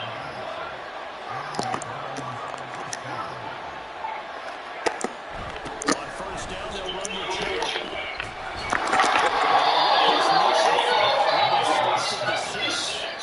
56 yards rushing for him now on just 6 carries to this point. Gosh, when you got Deshaun Watson, Charles, executing a run-pass option, that puts the defense in a tough spot, does it not? It does, and what I liked is that you saw me this week.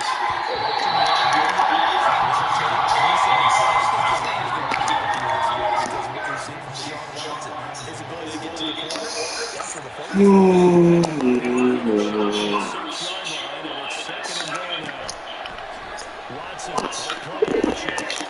Fuck, I didn't see his ass.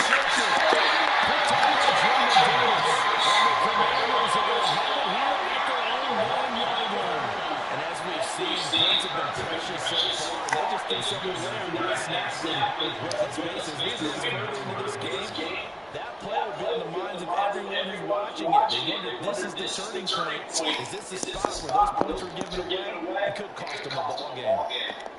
The Washington offense at the line and ready to roll. They got the ball now following a big play, keeping the other guys out of the end zone. Now they'll start deep in their own territory, first and 10. Thank you. And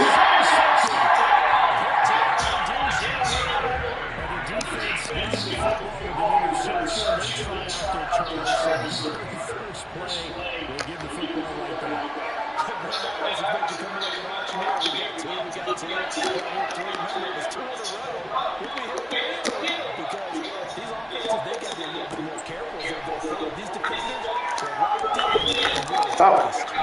Oh my goddamn man.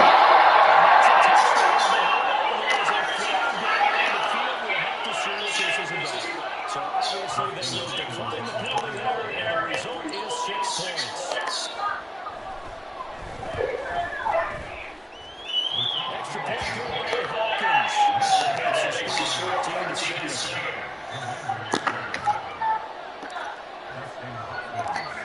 Following the touchdown, Justin Hopkins will kick it away.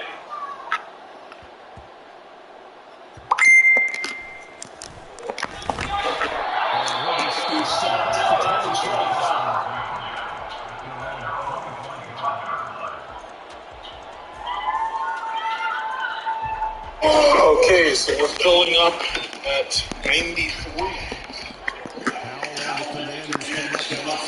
Going up with 93. $4.21.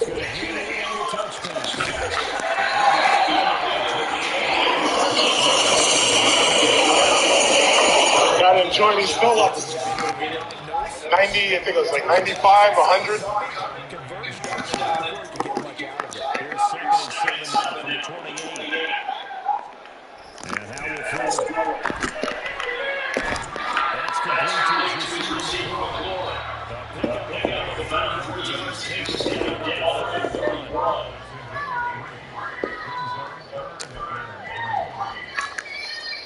Here's 3rd and 3.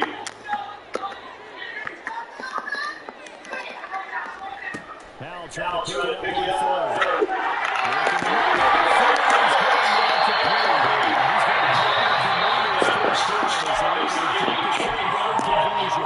Now it's out called for by the offense. It's just their first, so they'll have 2 remaining here before we get to halftime. Faking the handoff.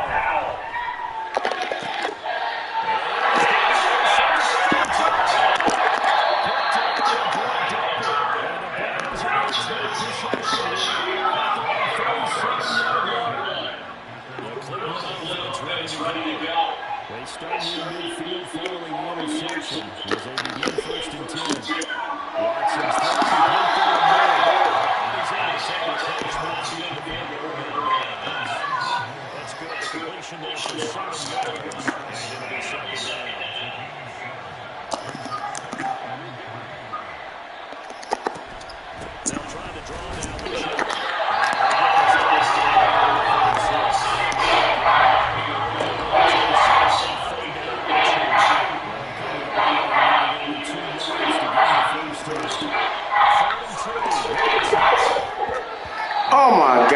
serious?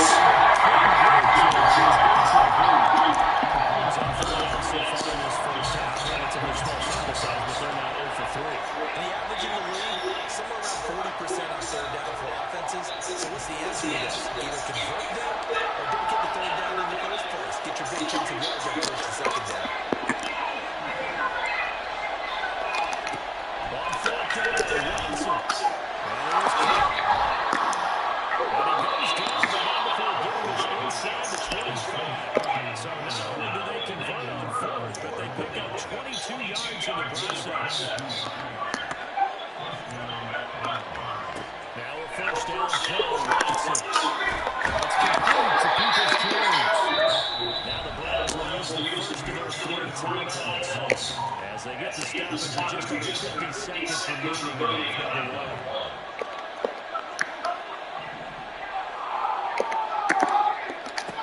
From the red zone,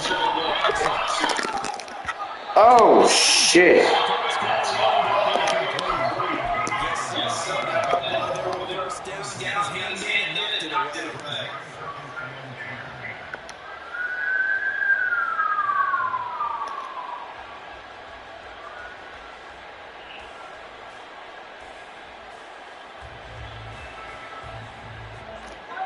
Second and 10.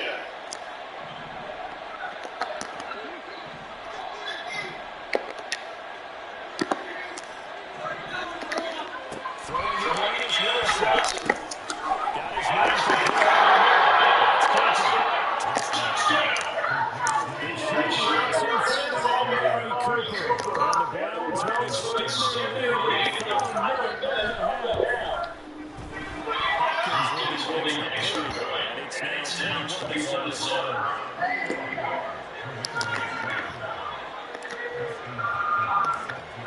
Following the touchdown, Dustin Hopkins will kick it away.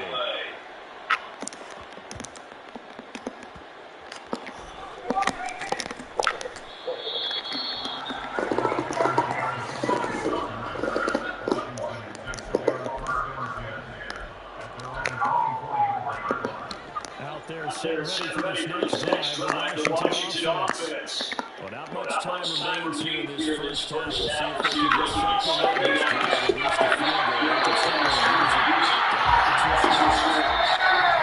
Now the Commanders going to bring the second of their timeouts as they second with a little over 30 seconds to go in the first half of play. A big hitter to start the drive has him out near midfield here for first and 10. Here's Howell. Eluding the pressure. Good God.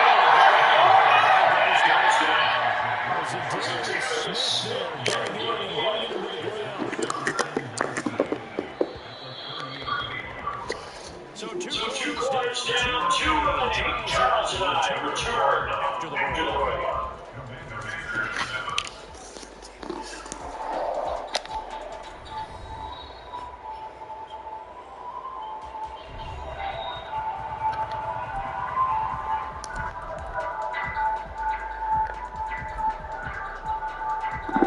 Welcome back. Halftime over. We are ready for quarter number 3 alongside Charles Davis.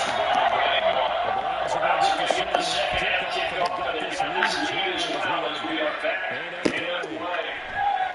From his own zone, here comes Jerome Ford. Bye-bye. He's past the 30.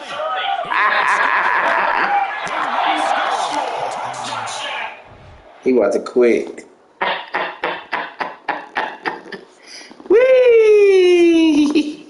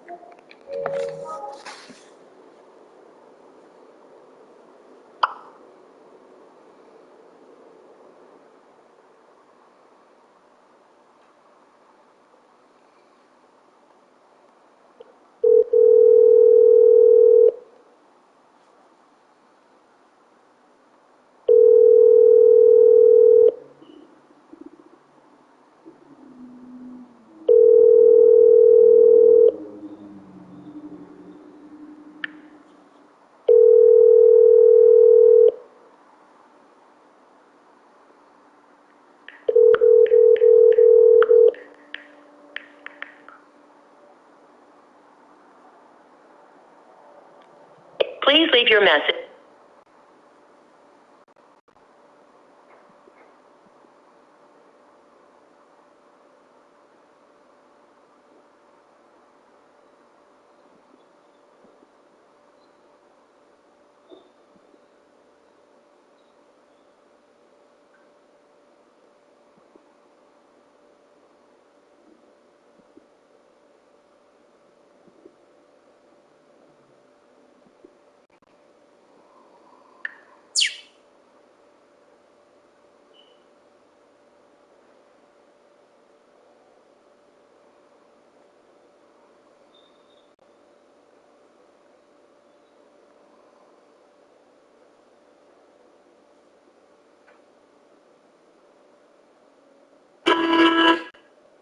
Dear Black Felix, I'm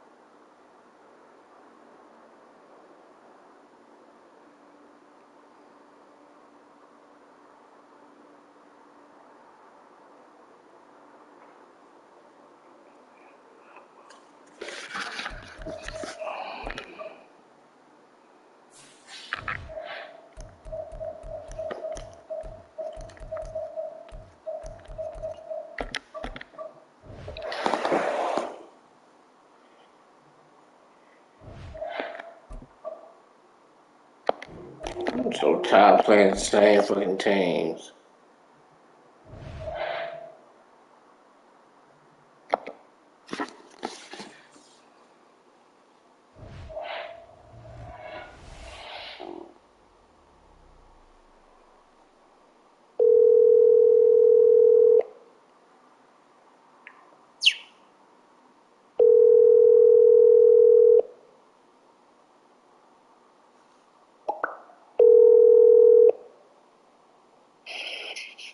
What's up, man? Nothing much, man. Just playing the game, playing Madden. Said 2K, some bullshit, huh? It just don't make any sense, man.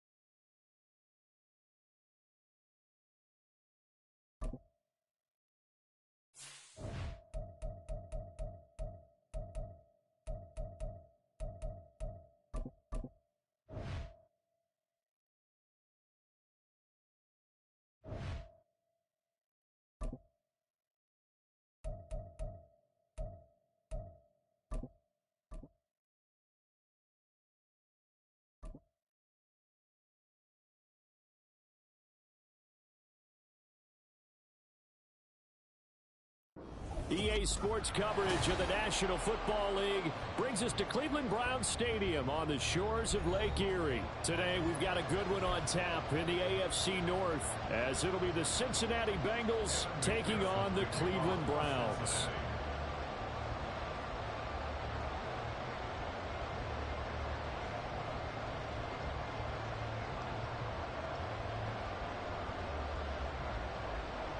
Evan McPherson has this one teed up, and off we go from Cleveland.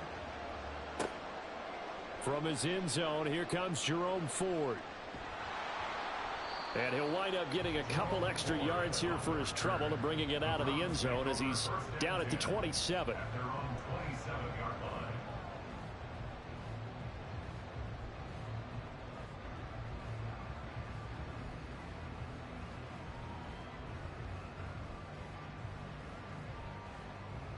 Coming out with a jumbo package to start the drive.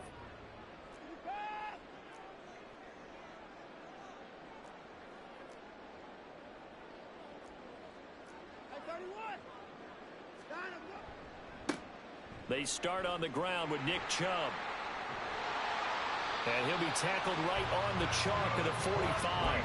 An excellent way to start the drive there, 18 yards. A good run there off right tackle in an old school NFL football. The right side, the offensive line, often known as the nasty side. The left side, usually the technical side. Kind of reminds me of the old Atlanta Falcons 2009-2010. That's how they constructed their offensive line. And he's able to take it across midfield before going out of bounds. It'll go down as a gain of 6, and it's second down.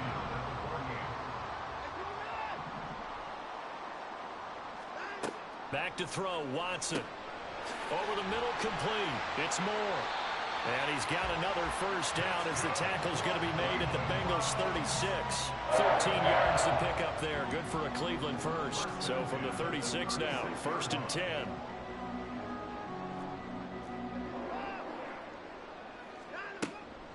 They give the Chubb out of the gun. And running room scarce here. He's going to be stopped in his tracks at the line of scrimmage. Call it no gain on the play, and it'll be second down. Maybe I'm wrong, but it looked like even if he had opted to keep that, I don't think there was going to be much to gain. Seemed like it was perfectly defense. And know what they say? Those guys on the other side, they get paid too. Watson. This short pass into the hands of Njoku. So give him 5 yards there on the pitch and catch. And now 3rd down and 6 to go. Completion was given up, but that's why you play zone defense, so that you can have people around the ball when it's caught, and you don't give up much run after the catch. Got to get to the 26 for a first. This is 3rd down. Pass taken in by his big tight end. And he's brought down, but not before he reaches the 8-yard line. Back-to-back receptions for him, and it's another first down. 1st and goal at the 8-yard line.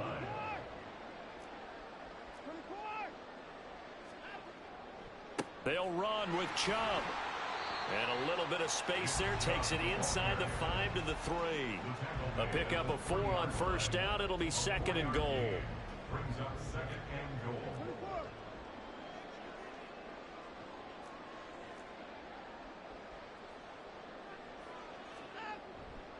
Chubb is into the end zone for a Browns touchdown. Dustin Hopkins on now to add the extra point. It's up and through to make it 7-0 Browns.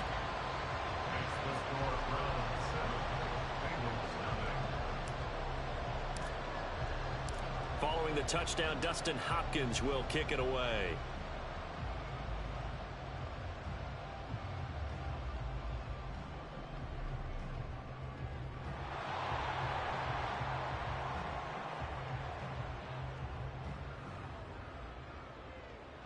And all the way in for a Cincinnati score.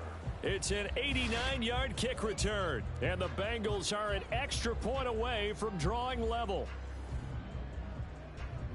Well, there you go. They gave up a score to start the game, and as quick as they could get it back, they did on the return. And people talk about this all the time, whether you're coaching it, whether you're trying to work on it, whether you're just trying to put in the minds of your players. Attack back as fast as you can after giving up a score.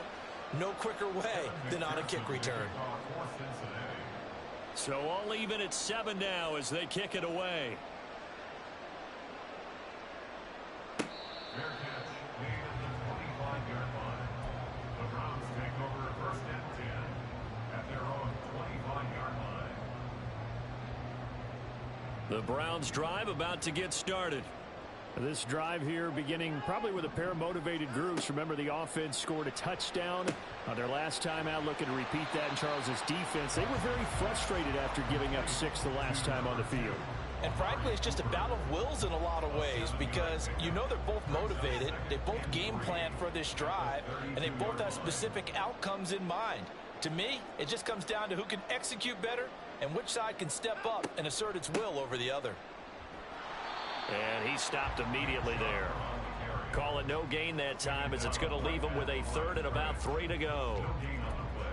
When we talk about defenders, specifically linebackers, keeping their eyes in the right spot, he had that eye down the entire time. And you know that's not easily done because they throw a lot of misdirection at you. They try and fool you and get your eyes in the wrong place. But you're right about that one. He correctly figured that one out and made a really nice play. It's a pickup of 6.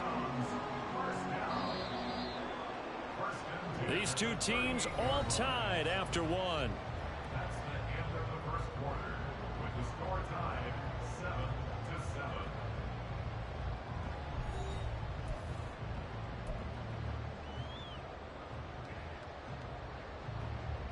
So here's a 1st and 10 at the 38. Now it's Watson. Over the middle, Cooper with it. And he's tackled a yard short of the marker. Good gain of 9 on 1st down. Nothing fancy on 1st down, but a very consistent type of a play. Hit that slant. A lot of people call it an extension of the running game, and it can be if that pass is completed, because you hit a guy on the run like that, he often can go for big yardage. Sets him up nicely for 2nd down, staying ahead of schedule. And he'll be brought down at the 45-yard line. That one, a 1st down pickup of 8. Well, that was a pretty favorable situation there. What would you call that? 2nd and manageable? Smart play, too. Didn't force it downfield when he didn't have it. Just checked it down, let him get the 1st down, and that's exactly what he did. So they'll come up in Bengals territory now with a 1st and 10 at the 45-yard line. They set up the screen to Chubb, and he'll go out of bounds right around the 40. Good reactions there defensively. That screen was a little slow in developing, and they shut that one down with little gain. Now a 2nd and 6. Watson now to throw. Over the middle and into the hands of his receiver Moore. 2nd catch for him today, and it'll wind up a 1st down.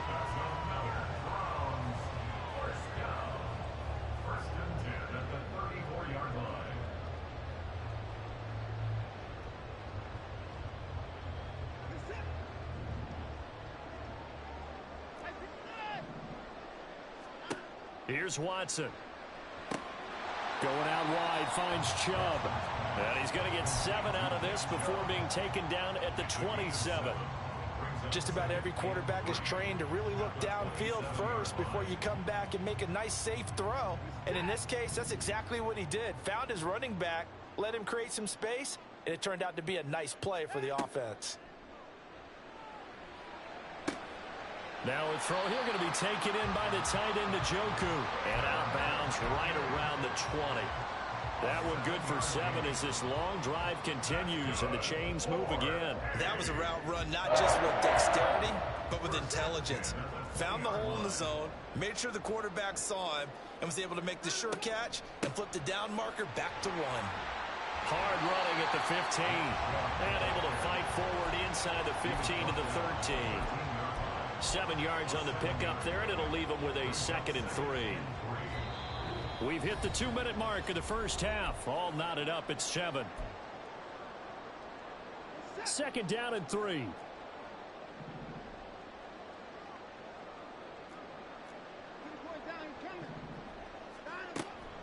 They run it again with Chubb. And he is met at the line of scrimmage, and he goes down right there. Call it no gain that time, as it's going to leave him with a third and about 3 to go. It's third down and 4. Here's Watson. He's got his target. That's complete. Touchdown, Browns. Deshaun Watson on target to David Njoku. And the Browns have taken the lead. Extra point good by Hopkins. And that makes the score 14-7.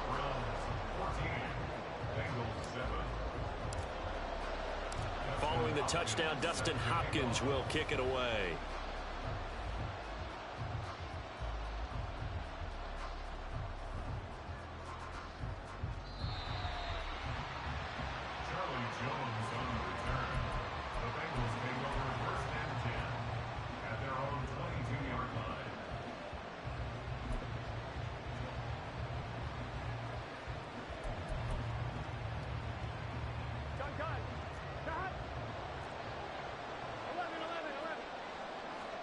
First down. Here's Burrow. And that throw behind his man. He missed him. Incomplete. He released that awkwardly. It almost looked like a pitcher who gripped his fastball a little too hard and let it go late, and it bounced in front of the plate. Yeah, one of those fastballs that ends up at 57 feet, not 60 feet 6 inches. Just a little short with the arm, which is unusual because we saw him in warm-ups. He's got a big, strong arm when he delivers it with confidence. Burrow's throw caught by Higgins. 9 yards, and that leaves him just short, so it'll be third and less than a yard.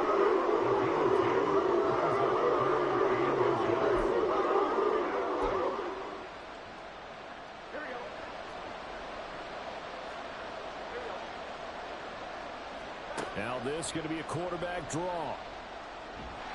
And he gets it to the 32. Good enough for a first down. And what a weapon to have when you can use your quarterback as a short yardage runner and pick up first downs. From the 32 now, here's 1st and 10. Now Burrow. And he's taken down. This will be a Brown sack. Now the Bengals going to use the first of their timeouts, as they'll stop the clock with 26 seconds to go until halftime.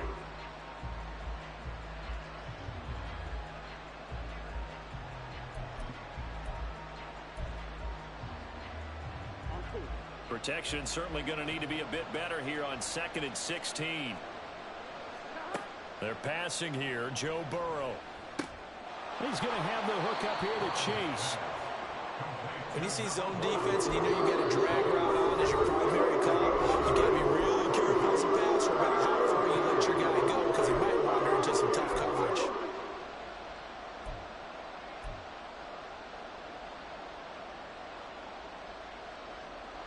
And for the Browns, a nickel set here on 3rd down. Burrow will throw. Able to find the open man. That's complete. And he is going to have a Bengals first down as they're able to get the 3rd down conversion. Now, that was a fun one to watch right there. A nice in-breaking route and plenty of room in the middle of the field. And he was able to get behind the linebackers and grab the completion for a really good pickup.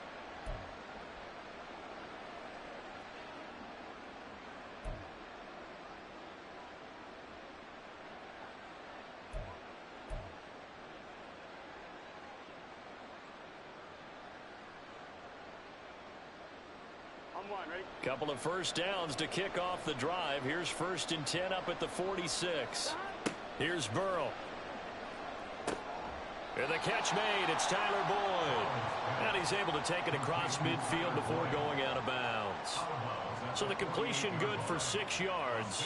And that'll bring up 2nd down. Well, that's what you're looking for when you want to throw the ball downfield. You want one of those guys who can play out on the perimeter, can play out wide, who can not only get open, but when they're covered, can uncover themselves downfield and create catches.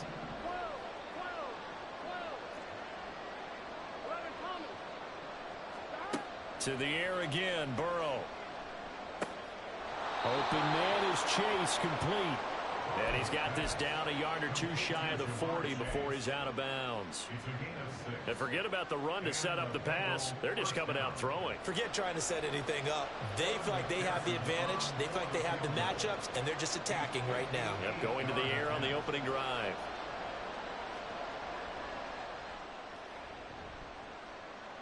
And I tell you what, he got it from 58. That had lots of leg behind it. First half in the books. You're watching the NFL on EA Sports.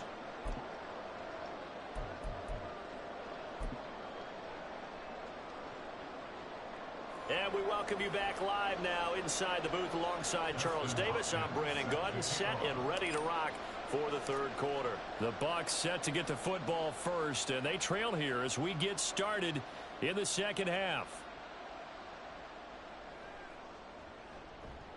And makes it across the 20 as his guys will set up shop at the 23-yard line. First and 10 at their own 23-yard line.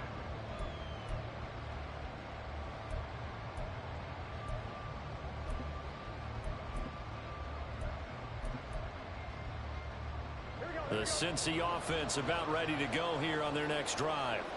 Well, Charles, we saw pretty entertaining first half, close ball game. Remember there toward the end of the second quarter, the opposition scored to take the lead. Now we'll see if these guys can get a score of their own to regain that lead. Yeah, they want to have that type of a response, don't they? Because they want to find a way to take control of this ball game one more time. Gauntlet's been thrown down. They want to see if they're ready to answer it. Now it's Burrow. Over the middle, he finds Higgins. 5 yards, now it's 3rd and 5. One thing you're hoping for when you're on drag routes, you're able to hit a receiver in stride, and he can pick up a lot of yardage after the catch. But in this situation, the defense was effective, able to stop him before he could get a good head of steam going. It looks like a nickel set now for the Browns on 3rd down.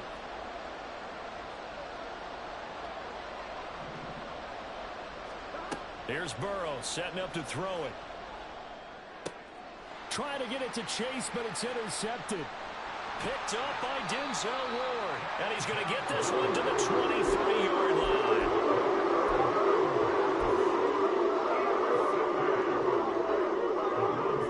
First and 10 at the 23-yard line.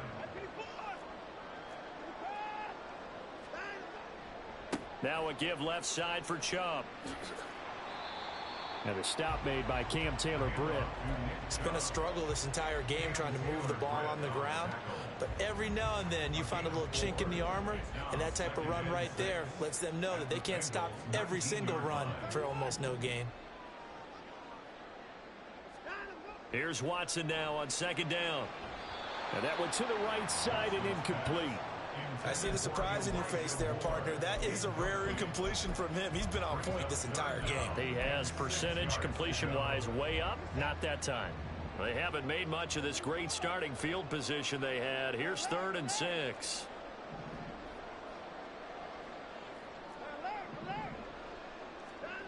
To throw is Watson. And that's going to be caught for Browns touchdown. From 19 yards away. And the Browns take the interception on defense and convert it into 6 points. Hopkins with the extra point, and that makes it a 21-10 game. Following the touchdown, Dustin Hopkins will kick it away. Oh, the return is Jones from the end zone. And only able to get this to the 19, so probably should have opted for the touchback.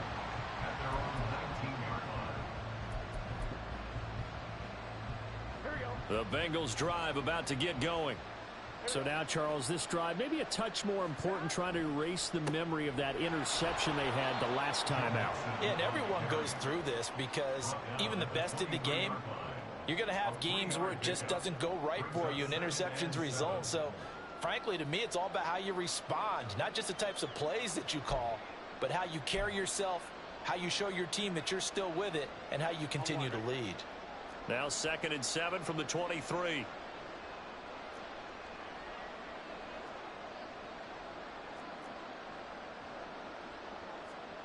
Burrow looking to pass.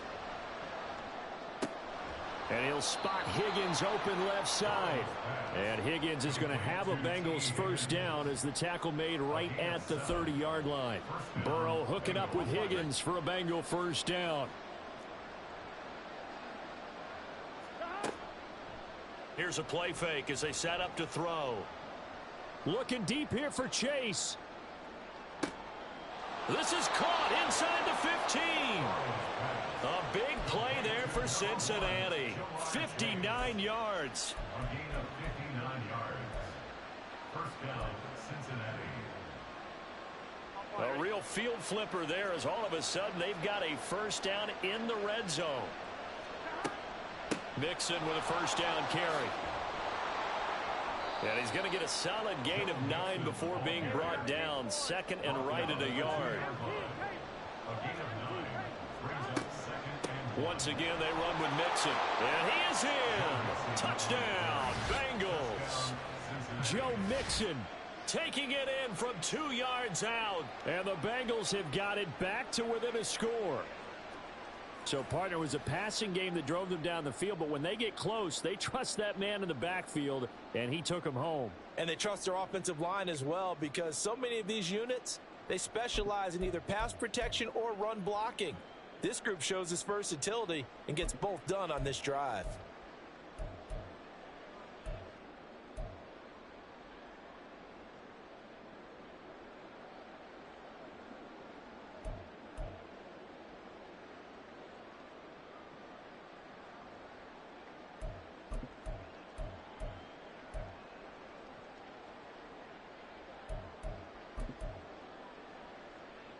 Zach Taylor's made the decision. They'll go for 2 here.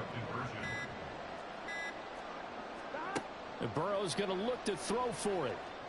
And he's got it. So the try for 2 successful. And with it, they're back within a field goal. I guess the coach looked at the 2-point cheat sheet, said go for it, get it to a 3-point game, and they did it. Yeah, and sometimes you just throw out time of game. You don't worry about that. There's just a feel sometimes in making that call, and he felt good about what he had for a 2-point conversion, and now they're only down 3 and feeling great about themselves. After the touchdown, McPherson on to kick this one away. Fair catch made at the 25-yard line. The Browns take over first and 10 at their own 25-yard line. The Cleveland offense ready to go. Their lead down to a field goal now as they start with a 1st and 10. They begin this drive with Chubb. And this will be a gain of 5 as he gets it to the 30. That's a really good gain right there. They pick up 5 yards halfway to a first down. The only problem now in the huddle, everyone's going to want to touch the football. Be a lot of chattering now because they've seen that they can move the line of scrimmage.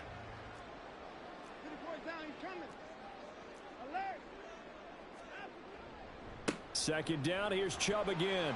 And he gets this to the 35. Good for a gain of 5.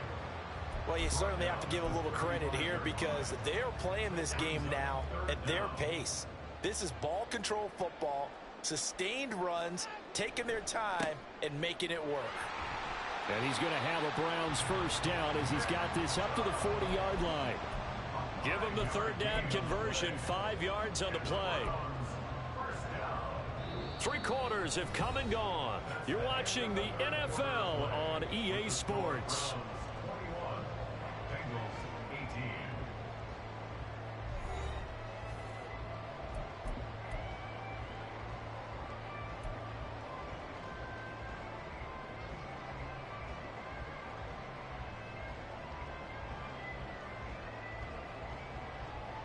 We couldn't ask for much more to this point in the second half. A gorgeous day, 1-score game, 1st and 10 here.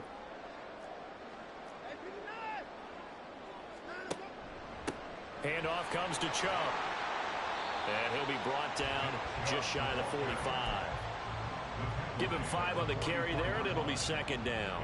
I'm guessing you'd say this is kind of the key here. Grind out some yardage, work on that clock, see if you can continue to tick it down. Definitely, you want to bleed things out at this point, right? Continue to possess the football, gain some yardage, and put the onus on the defense Do they have to use timeouts? What are they going to do to stop you? You're taking charge. To give you an idea of how accurate he's been throwing the football, we're in the second half. That's just his second incompletion. Well, if he's that locked in, that means everyone's locked in, because to me it's like throwing a no-hitter in baseball. The pitcher may get the credit, a lot of people making plays behind him in the field. And he takes this one down almost all the way to the 30. That's a third down conversion of 24 yards there. Nice play. And that certainly appears to be a critical conversion right there, because not only do they keep the drive going, they take valuable time off the clock as well. They have to feel really good about that last completion. Now they return to the ground game. Chubb, and he'll go down at the 26 following a gain of 6. Well, at this stage, that's exactly what you want offensively. Good run on first down, stay in bounds, keep that clock rolling. And look at that play chart that the play caller has in his hands right now. That's what you got to focus in on, because that's divided up by sections. And right now, he's looking at that 4-minute offense section. What running plays do we have to bleed down the clock and take care of the football? Right now, they're executing really well. In any event, it happened pretty quickly. I'm not sure he made the right decision on that one. I think if he had it to do over again, he would have found a different target downfield. But he made his decision, and that one's incomplete. This offense has converted 2 third downs on this drive already. This is 3rd and 4. Faking the give. Now Watson sliding out of the pocket. And he's going to have to eat this one as down he goes. There's Sam Hubbard that time in there to bring him to the ground. Well, many times when you talk about mobile quarterbacks, you get the sense that they feel like they can get out of any bad situation. They keep moving around and trying to emulate guys like the Scrambler or the Dodger. Instead, they keep losing yardage and digging themselves a hole that they can't get out of. And how about this? 4th and long, and they're going to go for it. They will indeed snap it to Watson. This is caught inside the 15. And they move this all the way down to the 9. Wow, 1st and goal, and defensively all they can do is shake their heads. Not only did they allow the conversion, but a big play as well. Watson changing the play. Up the middle, it's Chubb. And he will maneuver his way down to about the 7. All of a sudden, those lanes that were there earlier in the drive dry up near the goal line. That's a good job defensively to diagnose the run and stop it for a very short pickup.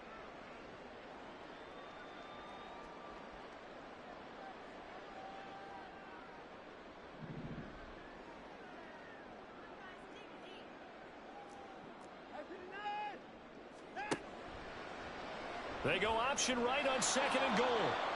And nothing doing. He's immediately taken down at the line of scrimmage. No gain on the play. Brings up 3rd and goal. 3 points separating these two sides with 2 minutes left to go in the 4th. A lot of tired bodies on that field, but this is a big play. 3rd and goal. Now it's Watson. To the end zone, but it's incomplete. So decision time now, because a field goal keeps it a 1-score game. What are you thinking? Well, I'm looking at the down and distance, and that's where the issue comes in. It's not short enough that it's a no-brainer and you go for it. You have to analyze this one. To me, you take the field goal, take the points. I don't think you want to risk coming away with nothing. Hopkins' kick is good, and the drive will wind up yielding 3.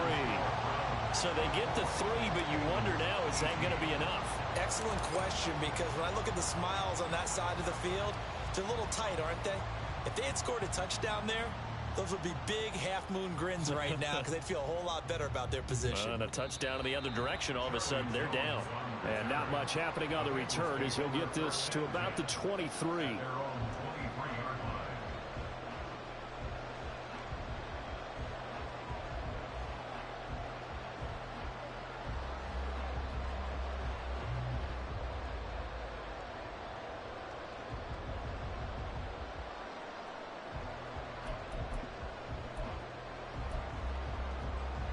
Here's 1st and 10.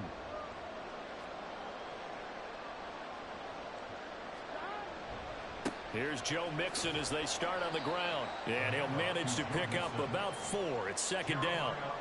Partner, they're clearly saving those timeouts, but they still have to work with some urgency to put themselves in the right position. At the 28-yard line. Here's second down.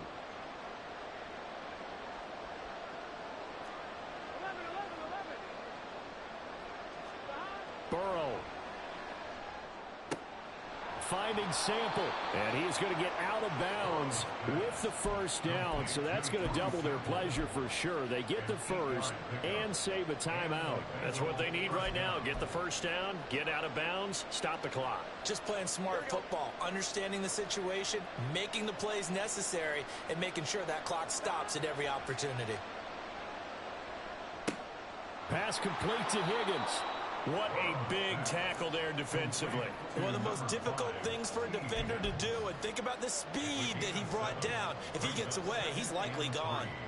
At the 42-yard line.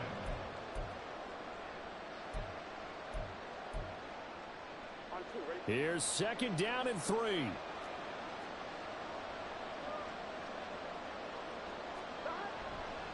On second down, here's Mixon. And he's got room. And he goes down, but not before getting this inside the 25. Brought down at the 23-yard line. A gain of 34 yards. First down,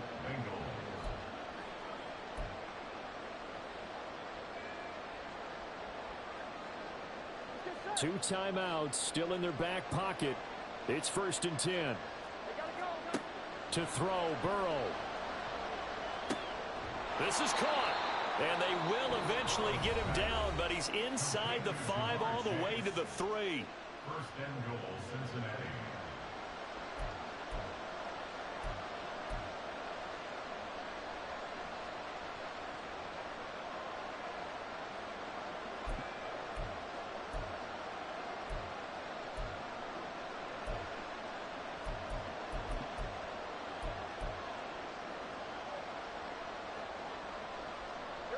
Now first and goal.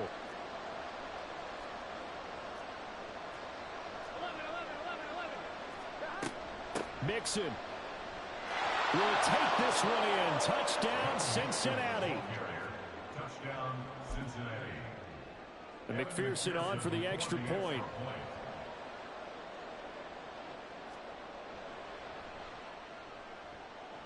And they have got the lead. Makes the score Bengals 25, Browns 24. Evan McPherson to kick off for Cincinnati. After the touchdown, McPherson on to kick this one away.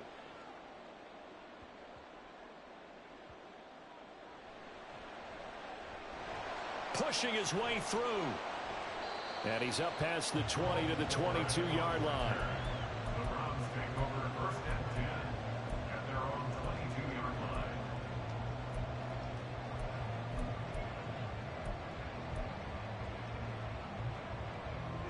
This is first and 10. To throw, Watson. It's incomplete. Took a shot, couldn't connect. So after all of this, it comes down to one final play. And just think of what it's going to be, because from this distance, you've got to be prepared for everything. Hook and laterals, tip balls, you name it. This ball intercepted. It's DJ Turner who's got it. And he will bring it back. It's a pick six for a Bengals TD. Well, somebody lit a fire under that offense during the break, Charles. Remember, they trailed at intermission. They come out, they have the big second half, and that lifts them to the victory. And Brandon, trailing at halftime, we always talk about teams making adjustments. You know what the best adjustments usually are? It's just executing better. Because the game plan you put in place at the beginning of the week often still holds. You don't have to make wholesale changes. You just have to do it a little bit better, a little cleaner. And they did that in the second half, and that led them to victory. So that'll do it for my partner, Charles Davis, and the best darn crew in the industry. I'm Brandon Gaudin. This has been a presentation of the NFL on EA Sports. With that, we say so long from Cleveland.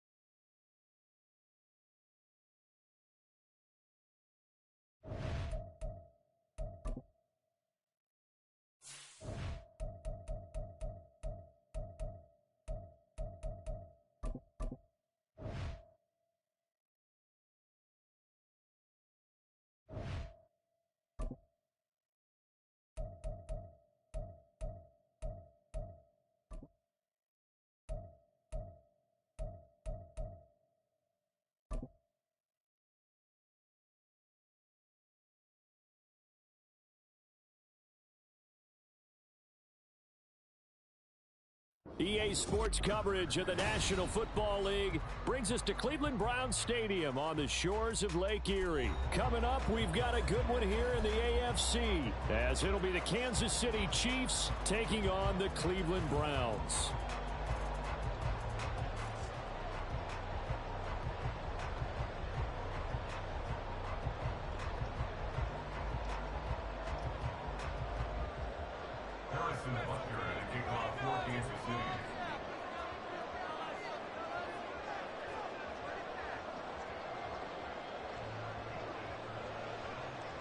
Here's the kicker, Harrison Butker, ready to get this one started. And off we go from Cleveland. From his end zone, here comes Jerome Ford. And only able to get this to the 19, so probably should have opted for the touchback. At their own 19-yard line.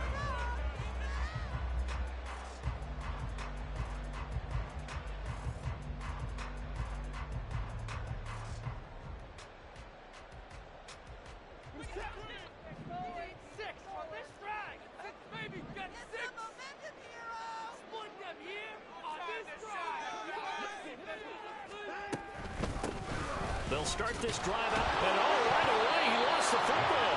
Well, that ball is not free, but a teammate comes along and scoops it up. It's almost like baseball.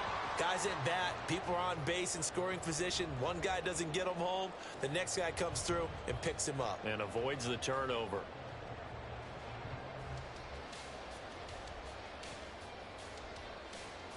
The fumble on first down. Now here's second down. Back to throw, Watson. He's got the connection to Moore. And he's got it past the 30 before he's hit and dropped. 14 yards, and it's a Cleveland first down. I like watching the wide receiver screen because it's a real teamwork play. Because guess what? The guy catching the ball, he'll get all the credit. But how about the people up to block in front of him? Either fellow receivers or offensive linemen. That makes that play a really nice timing play, and sometimes it can break big. So they'll accept that penalty, and that'll, of course, move the football up the field.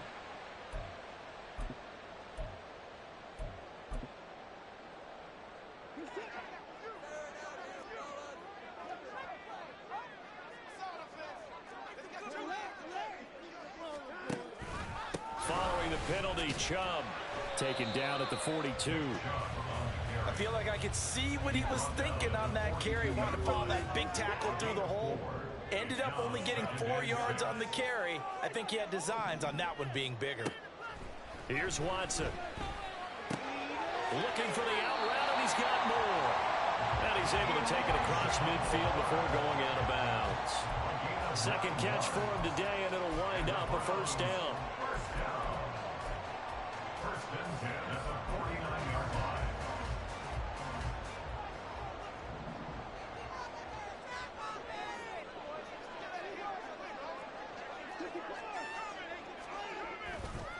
They'll go left side on the ground with Chubb. And down to the 44, 5 yards that time. And That's exactly what you want on a first down run. Pick up 5 yards, bring up 2nd and 5. The defensive line, though, they've got to figure out a way to out-leverage the guys up front because the offensive line is winning at the point of attack. On 2nd down, here's Watson. Under pressure now, Watson, and down he goes. Tershawn Wharton able to use that strength to get him for a loss of 2. In every game, we talk about what are going to be the keys as we go into it. Maybe that's a key for their defense today. Pressure the quarterback and make sure you play a good zone defense behind them, and they get their first sack of the contest. And oh, he's just going to be short here, barely, maybe by a half a foot. It'll be 4th and inches. Interesting decision here. Opening drive, Charles, 4th and short. You're in field goal range. We'll see what they do. I just shake a fist at my offense and say, go get it, guys, because if you can't pick up 4th and short here, we're probably in trouble the rest of the game. Show some confidence, show some aggressiveness, go pick it up. That is caught. He's got the first down and more than that. And all the way in. Touchdown, Cleveland. Donovan Peoples-Jones, 39 yards. And the Browns' decision to go for it pays off with 6 points. Big 4th down conversion for the score, and the defense, that is a tough pill to swallow. Big time for them. How about them just deciding to go for it on 4th down? And, okay, forget the field goal, because that looked like an easy 3 points. Yeah, you might have had a defensive breakdown in there, but they pressed the issue and found a way to get it into the end zone. Give them big credit for that. Extra point good by Hopkins, and that makes the score 7-0.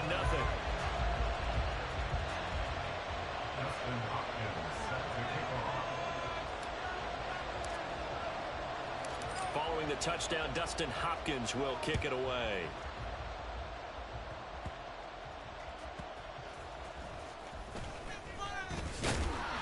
And he will make it to the 20-yard line and no further. The Chiefs take over 1st and 10 at their own 20-yard line.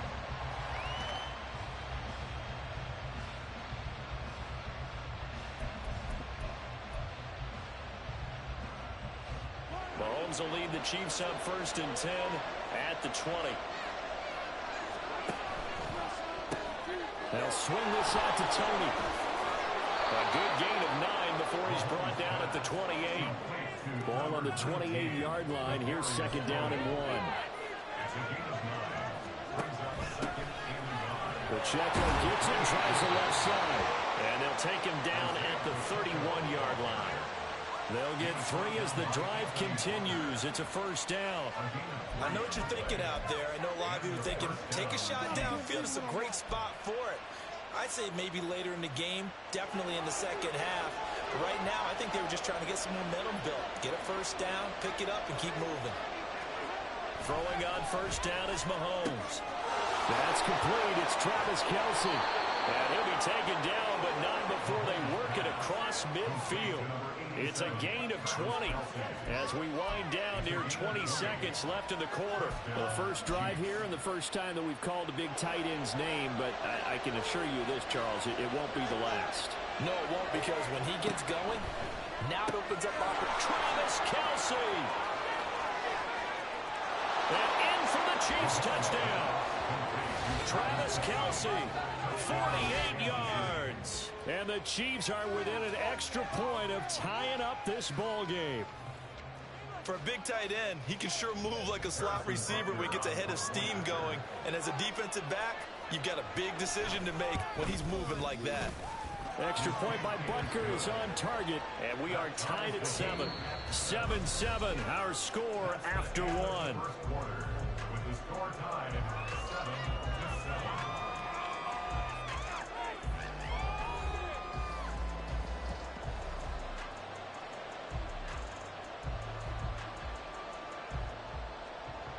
Harrison Butker to kick off for Kansas City.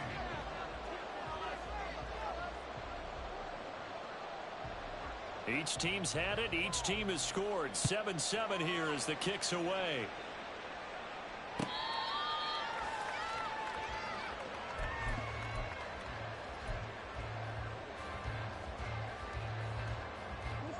The Browns drive about to get started.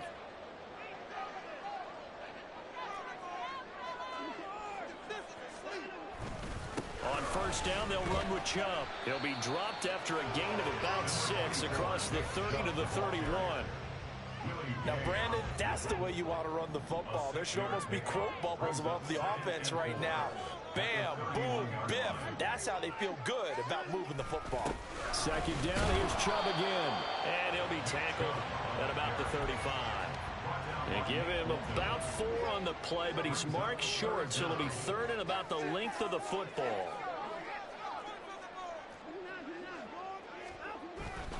They'll run for it. Here's Chubb. And he's able to get the first before he's taken down at the 36.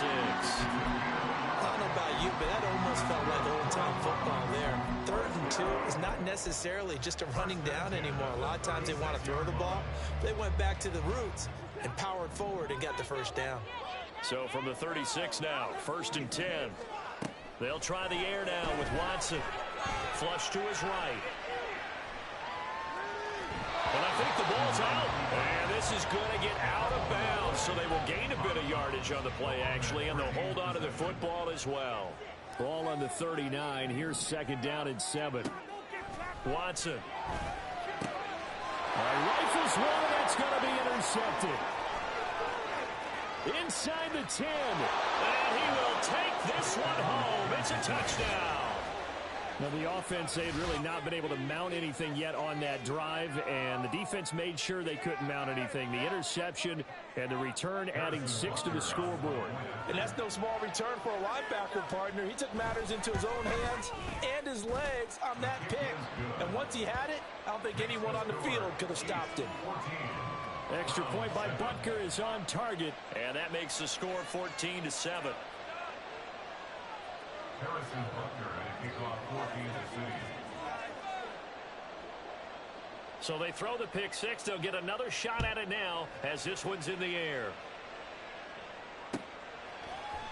And this is going to be returned from the middle of the end zone. And tackled at the 21-yard line, so a net negative there of 4 yards. At their own 21-yard line. The Cleveland offense ready to go.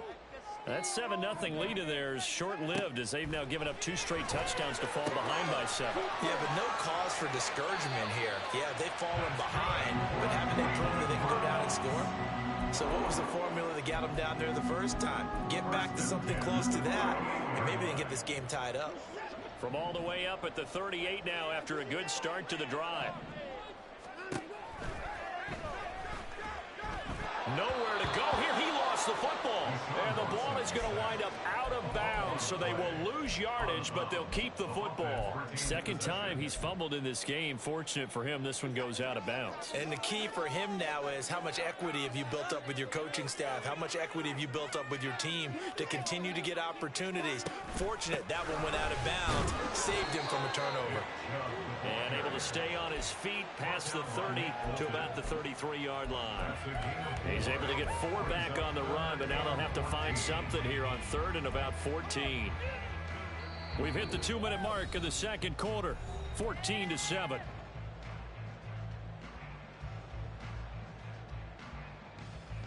So here's a 3rd and 14.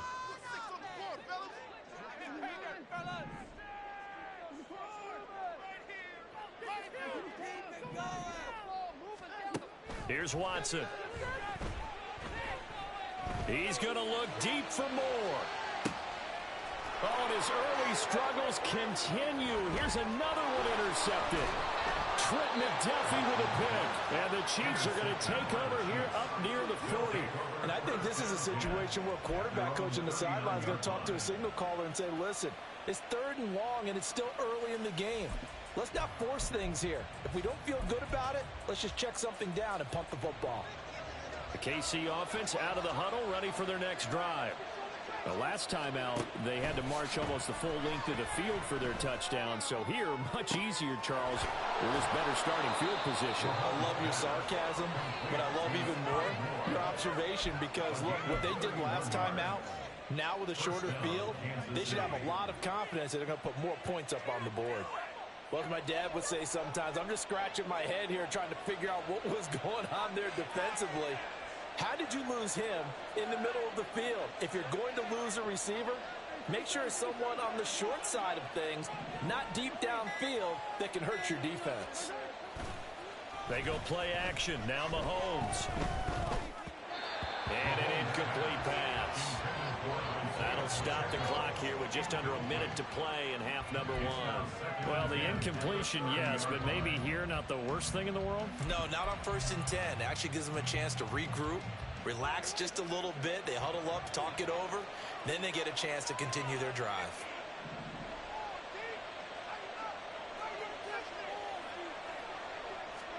Mahomes will try again on 2nd down. Buying time to his left. And a big loss here as he's taken down. In for the sack, Myles Garrett. He had some real defensive resistance there. As it knocks off fast to a good drive. It marched to the end zone the last time out. After the sack, things get a little tougher here. 3rd and long for Mahomes and the Chiefs. Back to throw. And the throw there going to be incomplete. The coverage keyed in on him since that last completion his way. He earned a little more attention on that route, and that made it a lot tougher to get a clean throw his way. Mahomes and the offense staying out there. They'll go for it on 4th.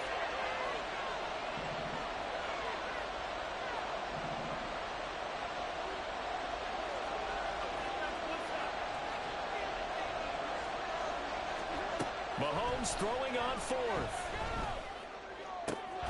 That ball is caught. Marquez Valdez-Scantling. And now this is going to depend on the spot. And they say he's just short. The Chiefs tried it, but they're turned away on 4th down. And this Browns defense stands tall. The Browns drive about to get started. And they're just going to run it here up the middle. And an anxious moment or two there, but they do get him down. It's a gain of 10, and the Browns are going to get a 1st down. And that'll do it for the end of the 2nd quarter. This is the NFL, and it's on EA Sports.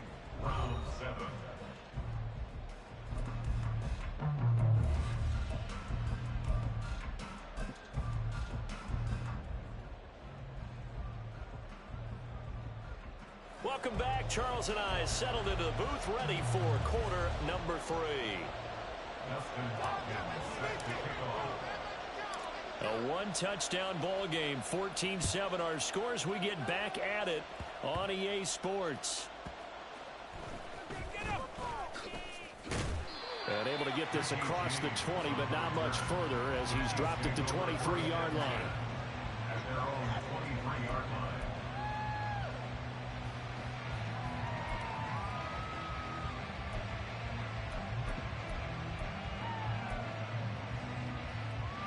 The Chiefs offense about set to begin this drive. This offense set to begin the 3rd quarter. And, Charles, if they had a checklist of things they wanted to accomplish in the first half, certainly at the top of that list would be having the lead, and they've got that here. That's always the most important box to check, isn't it? But also, they've had some success in their passing game, so probably an empty box establishing the run. They're on pace for fewer than 100 yards in this one, so now they want to make sure that they get that going so they truly have a control in this ball game, and down the stretch, being able to be balanced, either throw it or run it, and try and win this ball game. And they're able to get this one across the 35. Second catch for him today, and it'll wind up a 1st down. And defensively, they were in zone coverage there. Do you have to be a little careful? You're losing, playing against a good quarterback like he is, to not play too much zone? Yeah, you have to be careful about how much time you're giving up. I think it's a good point you just brought up. So maybe if you still want to play zone, you go to a zone blitz scheme. And you can drop anyone out of your defensive front, defensive end, defensive tackle. It doesn't matter. You just exchange someone to bring more pressure towards the quarterback and still try and cover downfield. Mahomes going to change things up.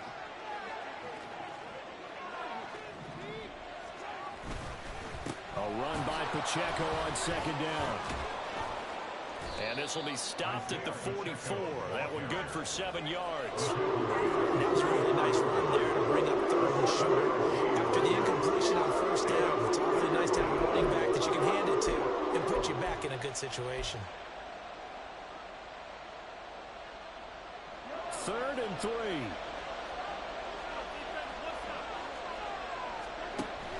They'll try for the first with Pacheco. That's a pretty strong running there as he'll take this across the 50 and down to the 44. That one good for 12 yards into Kansas City first. Well, how many times do we say in this game that speed kills, and it does it in so many different ways? In this case, you got a back who's quick and shifty, can make moves, make people miss, but also gets to and through a hole before it can close down. That's some of the benefits of that speed, not just outrunning people in the secondary. And that led to a really nice game. On 1st and 10, here's Pacheco. And this winds up a gain of 4 to the 41. In the first half, he was held in check on the ground, but despite that lack of production, they still have the lead. Yeah, and they've got to feel fortunate about that. If they could actually get production from their lead horse, that would help open up this offense and widen this margin, too. 2nd and 6.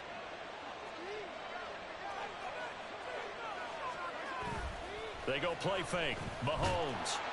And the Browns pressure gets to him that time, and he's going to go down. Myles Garrett picks up his 2nd sack of the afternoon. And keep in mind, in addition to the 2 sacks that he now has, CD, he's also had a couple of quarterback hurries. He's been very disruptive. To put it mildly, and it reminds me of the time I asked an offensive tackle who struggled like this in a game, he said he was telling the coach, hey, what do you want me to do?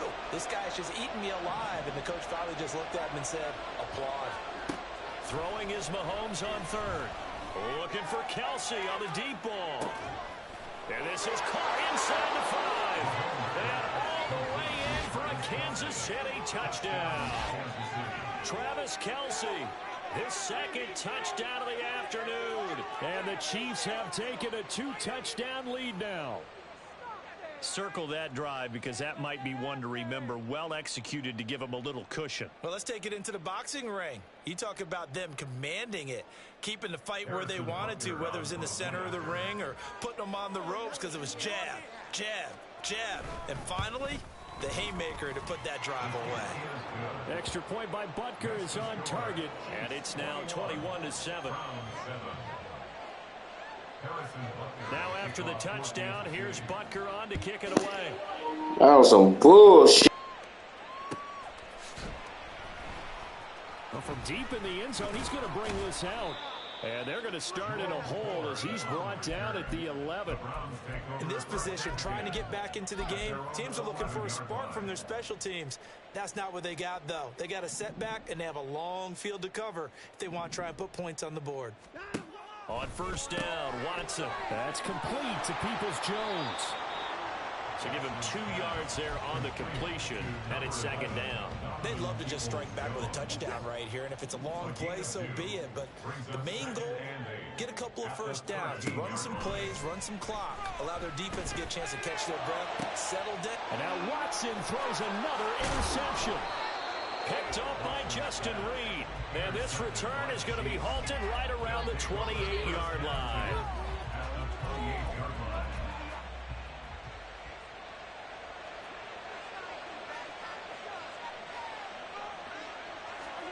So after the INT, here's Mahomes.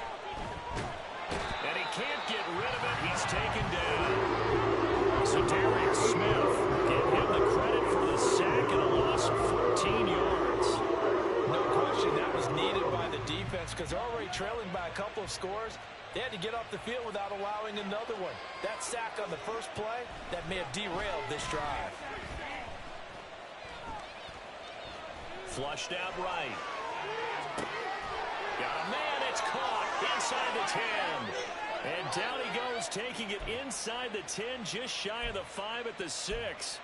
Another big play right there, and this is where, as an offense, you can really put the hammer down. You've got a double-digit lead, but those other guys, they've been hanging around. A touchdown here could put this game out of reach, and that's a strong step towards getting it done. And as they come to the line, they will not be able to get off another play as time has run out on this 3rd quarter. You are watching the NFL on EA Sports.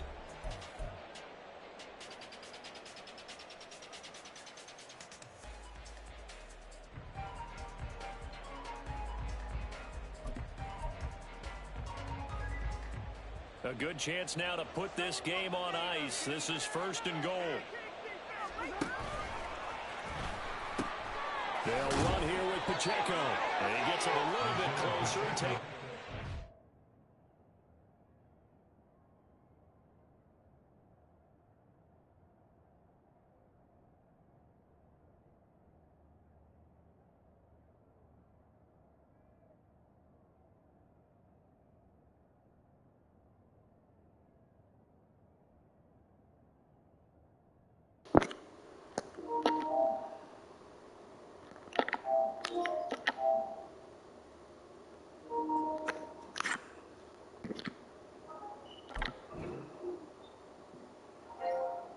Yo,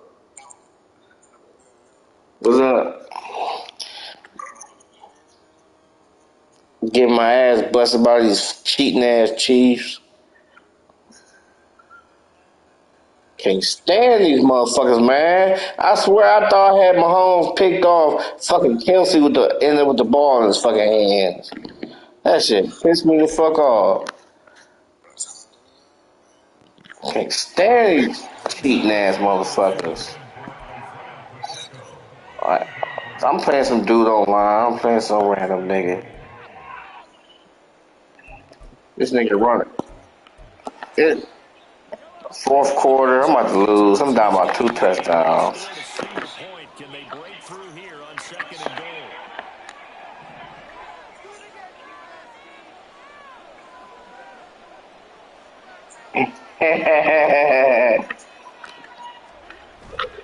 On play action, it's Mahomes. To the goal line, but Okay. So much of this game is about leverage. We always talk about low man wins. I'm gonna see if I can stop this nigga. I doubt it. If you lose that leverage and you're losing the battle, just jump up at the line of scrimmage and try and bat the ball away, and that's exactly what happened. Yeah, I'm live streaming. Here's Mahomes, 3rd and goal. Fuck out of here. I stopped this. It's 4th and goal. Because that's one of the better tight ends around, and I've seen him pull in balls like this before. But how about a little credit to the defense forcing that incompletion? And they're going to go for this thing. They're not going to leave anything to chance. They're going to roll the dice on 4th and goal. Damn. They'll go for it. It's Mahomes. Escaping the pressure right. I stopped his ass. I stopped his ass. Bitch ass nigga. Get the ball away on 4th and goal. And the Browns are able to come up with a goal line stand. I stopped his ass. Fuck out of here.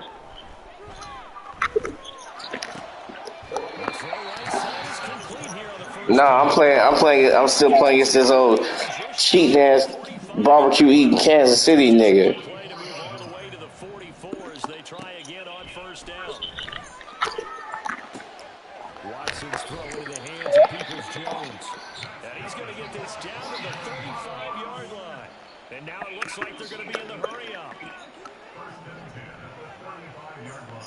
On 1st down, it's Watson. To the right side, he's going more complete.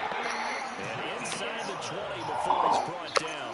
So the ball down to the 16 here for 1st and 10. And trouble trying to middle here. And he'll take this one down near the 15. Just a yard on the 1st down carry, so it's 2nd and 9. Just not a whole lot of room to operate there on that carry.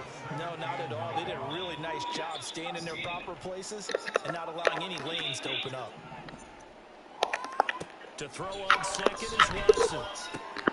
Quick snap, caught by Moore. And he's brought down. This defense has certainly had an outstanding 2nd half, haven't they? I know they just gave up a 1st down there, and for the offense, they're hoping that that's something that they can jumpstart with and maybe start to move the ball. I'm about to score on this nigga. Tough sledding for them here the entire 2nd half.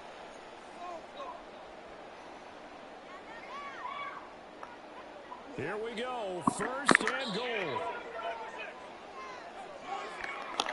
Now Watson going to sneak it. And he'll get it. Yep, I just scored on his ass. 21-14. 2 minutes left. Extra point up and through. And now things things get a bit more interesting here in this fourth quarter.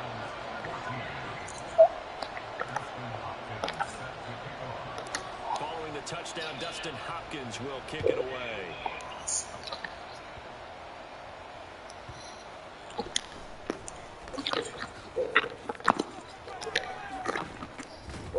And a good effort on the return there. Gets him across the 30, up to the 33.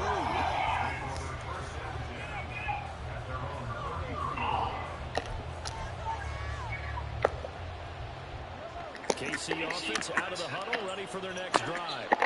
Well, they can smell victory, partner. They can see it on the horizon, but certainly we're not done yet here. Defense still has 3 timeouts, and obviously this is a very slim lead they're holding on to. And let's face it, the easiest way to get this done. Hit his ass.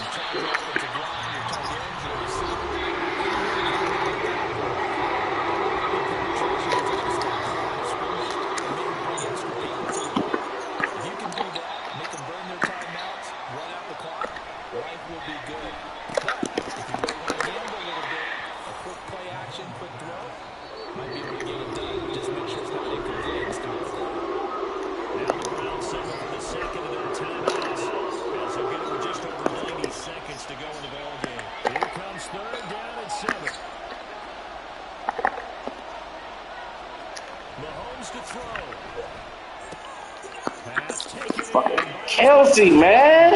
Can't stand his ass. Fuck, he get over like that. He OP'd on his fucking game. No, he fucking got first lucky ass first down. Bullshit. Gorgeous day, 1-score game, 1st and 10 here. There goes a deep ball, end zone. Interception! Stopped his ass. Tired of that Kool-Aid ass shit. Fuck out of here.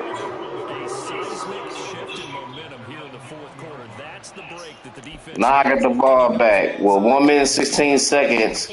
I gotta fucking score. Sometimes you have to question the execution, not necessarily the call. And in this case, those defenders found a way to give their team a chance. Watson. Yes! He dropped it! He fucking dropped it! Are you fucking serious? Instead, it's 2nd down. Some coaches like to take the shorter, more reliable yardage, and some, they like to go for the big shot. No! I thought I caught this shit. He fucking dropped it. Get him the completion. Another try, 2nd and 10 now. To throw, Watson.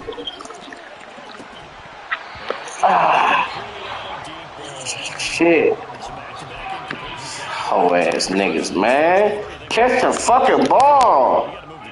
Exactly right. Gotta get back into focus here. I know you blitzing, you bitch. What the fuck? He was holding me. That incompletion reality is staring them right in the face. This entire game is down to the next snap. Here we go. This is 4th down.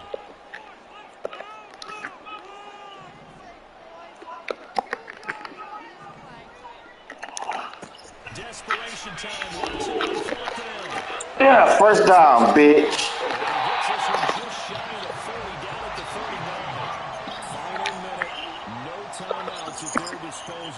Here's 1st and 10. Here's Watson. What the fuck? Y'all made me float the damn ball.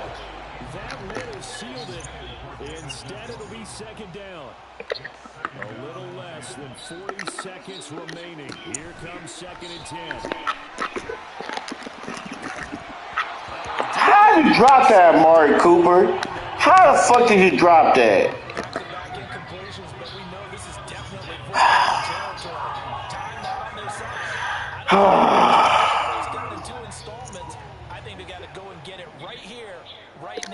This definitely 4-down territory at this point, but a critical 3rd down here. First down.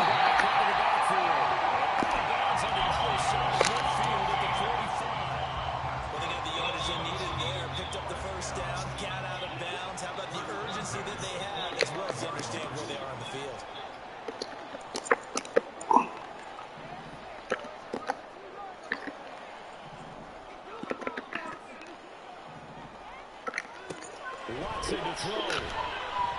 Eluding the pressure right. On the run, he'll let this go deep right side. That's a bullshit. I turned around for the ball. Intercepted. Trent McDuffie with a pick. And the Chiefs have just about sewn up this football game. Well, you can see what they were trying to do. Just Oh, he got lucky as fuck, man. costly interception. Yeah, that's kind of like the backyard. Everybody. Damn, no, I'm talking about this dude got lucky ass interception. Any other time of the game, I love the call. But here, you're not going to hold safeties, not going to hold corners with any looks because they know what the situation is, ends up throwing the interception. The Chiefs offense about set to begin this drive. And they've got this one in hand. No timeouts remaining defensively, so this one should just be one kneel and then handshakes. How the fuck you keep getting away with that Kool-Aid ass shit? Stop as a timeout is called with 5 seconds left. Can't stand my homes. I can't stand that motherfucker.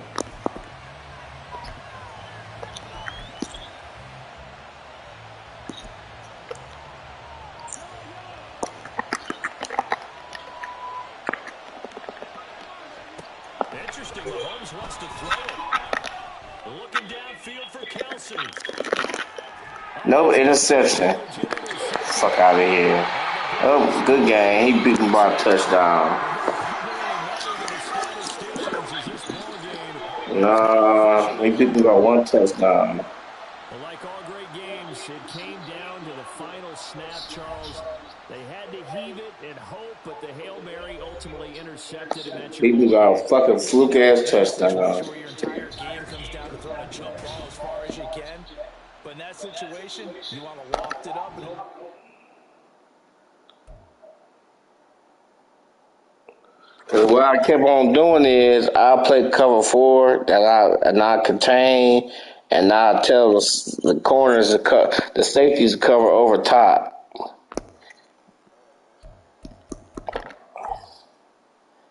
Oh, that dude is 7-1. Wavy King.